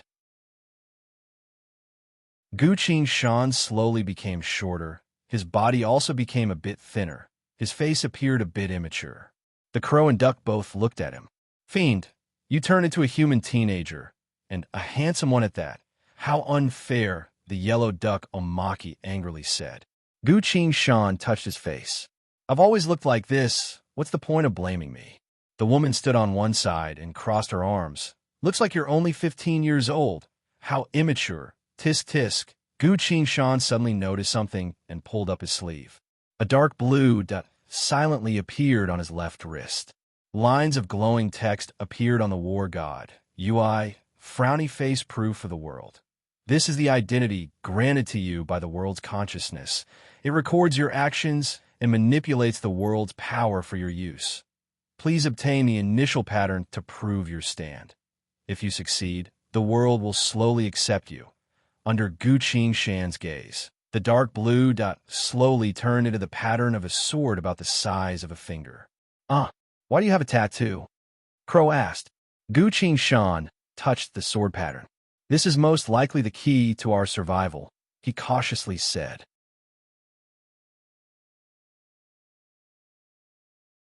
Chapter 1397. AR. 3 voices of different heights resounded in the silent night sky. Boom! A meteor landed outside the border town of Ramon at the border of the duchy. A young man, a woman, and a duck plushie appeared in the crater. Cough, cough, cough. Falling from so high up, it really hurts a lot, the duck plushie commented. Researchers like you always lack exercise, the woman commented. She stood up, drew the rapier at her waist, and observed her surroundings. A young male voice resounded. I don't agree with that. Research shouldn't interfere with physical training, Guqing Shan. The young man also drew his rapier and stood side by side with the woman. A mass of blue starlight suddenly appeared in front of the 3 of them. Countless voices resounded from within the blue starlight, speaking in unison. We have turned into the world's consciousness, doing our best to help the living beings of this world to triumph against the wraiths, monsters, and plagues. Strangers, please help us in this world. We have fixed the 3 worlds' language proficiency techniques for you, as well as the corresponding identities. 3 boxes descended from the sky, landing in front of Guqing Shan's group. The voice continued. However, you will need to accomplish something else in order to properly utilize this identity. You will need to survive first. After that, the blue starlight slowly disappeared. The 3 of them exchanged glances, then looked at the boxes in front of them. Then, these boxes are the identities that the worlds have prepared for us. Omaki asked. Survive. Crow chuckled, then casually swung his rapier. Isn't that looking down on us a bit too much? Omaki agreed. That's right. I'm a researcher of Void City's Grand Library. For someone to question my ability to survive in the wild, that's truly looking down on us. Gu Shan didn't say anything and simply looked at the void of space. Lines of glowing text kept appearing. Time: Saint Spirit Year 769. Location: Ramon Town. The UI has sensed the rift of world fusion. Among the three fusing worlds, one of them will open the path of fusion. If you can survive, the living beings of this world will recognize your identity. Gu Shan thought for a moment and opened the box in front of her. Inside was a will, a document to prove one's identity, a wooden bow, and arrows. Gu Shan took the document and the will, read it carefully, and said, "There's a new town built by pioneers here. Its owner has passed away. As the descendant of the pioneer leader, according to the rules, I have to arrive at the Viscount's mansion in the prefecture within 10 days to complete the enfeoffment ceremony." Gu Shan holds the wooden bow in her hand and weighs it. Crow kicked the box in front of him open, only to see a metal plate, a document, and a small bag inside. "Why are my things different from yours?" He took the iron plate out to take a look, only to see the word Crow engraved on the front and the silhouette of a woman on the back. The document recorded her identity as a female knight, and the small pouch contained a bag of coins. "Knight? Not bad." Crow put the coin away. "Pioneers, it seems like you and Omaki are my guards, and we're the lowest aristocrats in this world," Gu Shan analyzed. "We probably need to climb up a bit faster to take control of this world as soon as possible." Crow clenched his fists and said, "But this world is said to be the most powerful world. We still don't know what kind of social structure it is, so we need to observe it a bit more," Gu Shan said. Omaki patted his chest. "Whatever social structure, just leave it to me. I've studied many civilizations, so I'm quite familiar with such matters. I'm also an expert on how to quickly gain authority in any civilization. I have almost 800 civilization strategies and 97 successful practical experiences." Hearing that, Gu Shan and Crow both felt a sense of respect. Crow said, "Omaki, quickly take a look at your identity. You might be able to help a lot." Omaki nodded. "Ichem, that's true. It's time to take a look at my identity. I'll use it to make a big deal out of it." The duck plushie jumped up and opened the box in front of him with one of his wings, only to see that there was nothing else inside the box except a single card. The duck picked the card up and looked closely, only to see 2 lines of text written on it: frowny face toy. Duck plushie, price, 1 copper coin. The duck plushie held the card in his hand and froze for a long time. A cold gust of wind blew past. Looking at the duck plushie's pitiful back, Gu Shan encouraged him. "Omaki, the power of knowledge is endless. Cheer up." Crow also added, "That's right, the world spirit just now said that we need to survive first. Now is the time for us to be united, because a monster might show up." Silence all around. The young man and the duck plushie both turned to Crow and loudly shouted, "What did you say just now?"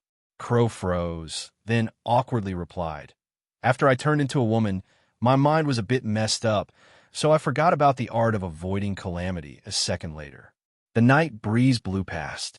A low roar resounded from within the wind. "Oh no, wah!" Gu Shan and Crow both drew their swords at the same time, but only managed to parry it. Clang! Clang! The 2 of them were sent flying, kicking up a large amount of dust along the way. A giant wolf with blade-like feathers all over its body appeared where they had been standing. A second later, Gu Shan abruptly appeared and stabbed the wolf with her sword. The wolf didn't back down and roared, "Die!" It opened its mouth and spat out a blinding mass of light. Boom! Gu Shan and Crow behind him were both sent flying. The 2 of them tumbled in the air, stopping their retreat. "It's not a normal monster. It knows how to fight 2 at once. It's intelligent," Crow commented. "It can talk. Most likely a guy from the extinct monster world," Gu Shan commented. "It's not very strong, so it can't hurt us, but its attack speed is too fast," Crow commented. "I suspect that this isn't speed, but some sort of ability," Gu Shan also commented. The 2 of them quickly conversed, then suddenly went silent. "Oh no, Omaki is." Gu Shan's expression changed. Omaki's strength lies in his knowledge and understanding of the world, but his combat prowess is far inferior compared to Gu Shan and Crow. And he's currently a duck plushie. His life is in danger. Gu Shan and Crow both turned to where Omaki was, only to see the duck plushie leaning against the box, completely motionless. It was holding a card in its mouth. Toy. Duck plushie price. 1 copper coin. The giant wolf sniffed it, then looked at it carefully and nodded. A laughable dead object, the wolf muttered. It's just a dead object. There's no need to pay attention to it. The wolf turned around to look at Gu Shan and Crow. It spoke full of mockery. Come, humans, I can already sense the laughably weak power you carry. You are the weakest type of people in this world, perfect for my food at the very next split second. The wolf's body was abruptly enveloped in icy mist, causing it to temporarily be unable to move. Laughable. You want to trap me like this? The wolf roared. It only needed 1 second to escape from this icy trap. But would people like Gu Shan and Crow give it that chance? One sword was burning in flames, while the other was covered in lightning. Both of them descended from above. Boom! Flames and lightning erupted into the sky. The violent wind swept in all directions. A breath's worth of time later, with a thud, the wolf's head fell to the ground. This world's origin power and laws are truly the strongest I've ever seen in my life, Crow commented. Why do you say that? Gu Shan asked. Crow pointed at the shallow crater on the ground. When we fought with everything we had, if we were in a world with weaker laws, we would have already caused damage to the world. But in this place, we were able to fight as we pleased without the world being damaged at all. This means that this world is extremely powerful, much more powerful than what we have, Gu Shan said. So that's how it is. I heard that this is the most powerful world, combined with the fact that it had fused 2 other worlds. The power of its origin power is probably beyond our imagination. We've already signed a covenant to not destroy the world. This way, we can fight without worrying about the world not being able to handle it. Crow put his sword away. Speaking of which, it was fortunate that Omaki managed to set up the trap while it wasn't paying attention, Gu Shan commented. The 2 of them turned to Omaki. He quickly ran over, spat on the ground, then kicked the wolf's head with all his might. What do you mean by laughable dead object? Fuck you. Let's see who's the real dead object now. The duck plushie vented his anger. Gu Shan, Crow, I suddenly thought of something. With Omaki by our side, we'll be able to execute many tactics, Gu Shan muttered. Crow nodded in agreement.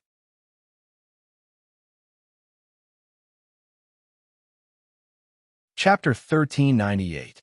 Gu Shan crouched down in front of the wolf's head, pondering.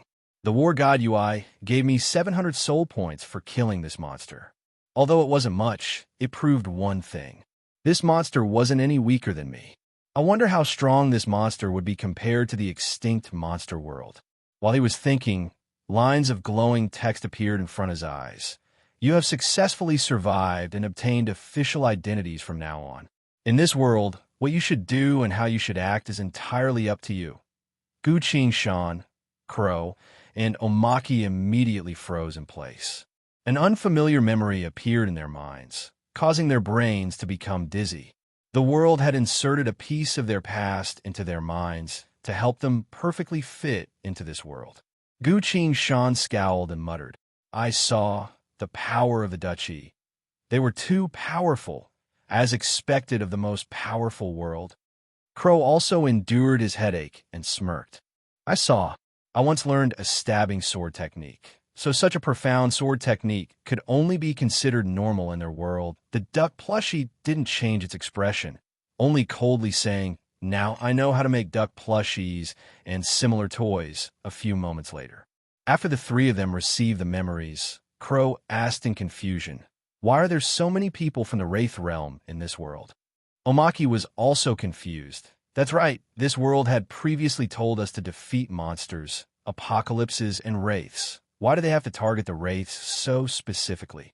Gu Shan thought for a bit, but didn't say anything. The wraith schemes were too deep. Even now, he still couldn't figure it out. The wraith's techniques were also too powerful. If I told the truth, It would instead be disadvantageous to Crow and Omaki. Gu Shan hugged the duck plushie and stood up, saying, "Don't think about it. Let's return to the village first." Crow asked, "Why are we going to the village?" Gu Shan replied, "According to the memory arranged by the world spirit. Someone from the Viscount's manor has arrived, saying that they're here to receive us and prepare for the conferring ceremony. I also seem to have this memory." "Let's go," Crow said. Just as they were about to move, a person suddenly appeared in front of them. It was a man wearing Yikshan mask. Gu Shan was startled. "I didn't expect to run into someone from the Wraith realm so soon." This was a small town at the border of a duchy. According to my memories, there aren't any Wraith realm humans stationed in this town. If it wasn't a coincidence, it could only mean that these people were already all over the world, but they usually hid in the dark. The man wearing the demon mask said, "So it's the new mayor. I heard the commotion of the battle just now and was afraid that someone was in danger, so I came to take a look." This town was the land that Gu Shan had obtained from his will, and it was the basis for him to be conferred the title of Baron. Gu Shan said, "Oh, we found a particularly fierce wolf. It wanted to eat us, so we killed it." "Is that so? Young mayor's really skilled." The man wearing the devil mask praised and walked to the side of the giant wolf's head to carefully examine it. "Strange. I don't think I've seen this creature before," he asked in surprise. A few moments later, the man took out a communication talisman, muttered a few words, then let the talisman fly away. Gu Shan silently stared at the man's back. "No, now isn't the time. I need to first obtain a certain amount of authority in this world before I can deal with these wraiths." With that in mind, Gu Shan said, "Take your time. This thing really is quite rare." He signaled Crow with his eyes, then brought the duck plushie back to the town. Even after they had gone quite a distance away, the man from the Wraith realm was still studying the giant wolf's head. "That's an extinct monster world entity. He wouldn't be able to recognize it no matter how hard he tries," Crow gloated. "Following this, the monsters and plague will slowly erode this world. It's up to this world to see if it can survive," Gu Shan said. "If it can't," Crow said, "we'll also die in this world apocalypse," Omaki said. The three of them said nothing else and flew towards Ramon Town. A few moments later, the three of them stood at the entrance of the town. "This building, why does it look so familiar?" Gu Shan was confused. "Even I've never seen such a style of building before." "How did you do it?" Omaki was surprised. "What a beautiful building. I've never seen it in any other world," either Crow followed up. As far as the eye could see, every single building had a pure white wall, but the roofs were either a deep blue or black, forming a tall, pointed tower. However, the windows were made of colorful glass, all of which were painted with various beautiful sceneries and people, giving them a solemn and dignified appearance, as well as a mysterious sense of beauty. Gu Shan had a lot of questions in his mind. "I really think I've seen a similar building before at... Damn it, I've clearly been to this place before. Why can't I remember? Where did you see this kind of building before?" Omaki couldn't wait to ask. "I can't remember," Gu Shan said worriedly. "How could a professionist like you not remember? Were you in a dream?" Omaki asked. "In a dream?" Gu Shan abruptly stopped, completely stunned. "That's right. In the secret passage of the Dusty World, the four deities of the past told me about the inner plane. At the time, I once saw the deities of the inner plane in an illusion." "That's right. This is the style of the deities of the inner plane." This isn't right. This isn't right at all." The inner plane is the only world among the many parallel worlds, one that only exists within the space vortex. Why would there be a building similar to the inner plane here? Gu Shan was confused. "We're here," Crow spoke up. As Gu Shan regained her senses, she found that Crow and herself were standing in front of the largest building in town. Omaki was being carried by Crow as a duck plushie. I'm a girl now, so it's normal for girls to carry plushies. Two knights in standard armor were standing in front of the building. Gu Shan noticed that the emblem on their armor was from the Viscount's manor. "Young Master Road," one of the knights said, "the Viscount's envoy is waiting for you." "Ah, got it," Gu Shan replied. He brought Crow with him into the building. A man in black formal attire stood in the middle of the building with his back towards Gu Shan. "Young Master Road has returned?" he asked. "Yes. I'm sorry to have kept you waiting," Gu Shan replied. "It wasn't long at all. We're the ones who came early." The man turned around, looked at Gu Shan, and kindly said, "The reason why I'm here so early is because before young Master Road leaves, there's something I need to confirm." "What is it?" Gu Shan asked. "Faith," the man replied. Gu Shan thought for a bit and understood. In this world, not having faith was an extremely terrifying thing. Even vagabonds had faith. As a baron, if he didn't publicly declare his faith, it would cause widespread panic. The people would suspect which god he worshipped and which faction he belonged to. "Why are you asking about my faith now?" Gu Shan asked. He quickly recalled his story in this world. In his memories, everything about the gods was a blur. For some reason, when the gods turned into laws, they didn't tell the three of them about the gods, nor did they try to fill in the gaps in their memories. The Viscount's envoy continued. "During the conferring banquet the day after tomorrow, the Viscount's daughter will also officially appear for the first time. So we must ensure that the faith of each guest does not conflict with her." "Please continue," Gu Shan said. "The young lady worships the god of harvest, so we will ensure that every male and female present here are believers of the radiant and dawn. So if you believe in the god of withering, the god of death, or the god of darkness, then we will have to ask you not to participate in the banquet. After the banquet is over, if the Sir Viscount isn't drunk, he will bestow you with the title." The Viscount's envoy smiled inexplicably and continued. "Young Master Road, you are already 15 years old. It is time for you to confirm your faith. This will be beneficial for your future." Gu Shan didn't answer for a while. "It's very clear that the other party is here to confirm my faith. His words have hinted enough that he wants me to consider worshipping the deities of the Radiant and Dawn faction. For him to be so cautious, it means that faith is a very important thing in this world. Furthermore, he mentioned the god of death just now. Isn't the god of death Anna? The inner plane is the only existence within the infinite worlds. If someone else becomes the god of death, then what would Anna be?" Gu Shan's mind was in turmoil, so she walked up to the bookshelf in the corner of the room and casually picked up a dusty new book. This was the deity's handbook, a record of every deity that protected the mortal world. "Young Master Road, the deities of dawn are listed in the 5th volume, pages 48 to 61. The deities of radiance are listed in the 11th volume, pages 15 to 23, the Viscount's envoy reminded him. "Your memory is quite good," Gu Shan praised. The Viscount's envoy smiled and replied, "It's just my job." Gu Shan flipped through the book and saw the title of a deity in the 5th volume. After a bit of silence, he told the Viscount's envoy, "Your Excellency, the deity I worship and serve is the Lord of Dawn, the supreme deity above the star crown." The Viscount's envoy scowled. "This is a unique entity that has lost his divine power. Worshipping him is not in line with the Viscount's interests." Gu Shan looked down and continued flipping through the handbook. At a certain page in the 11th volume, he stopped.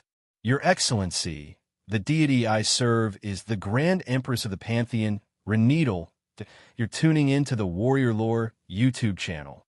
Don't forget to subscribe and join us on this journey to catch the most captivating stories.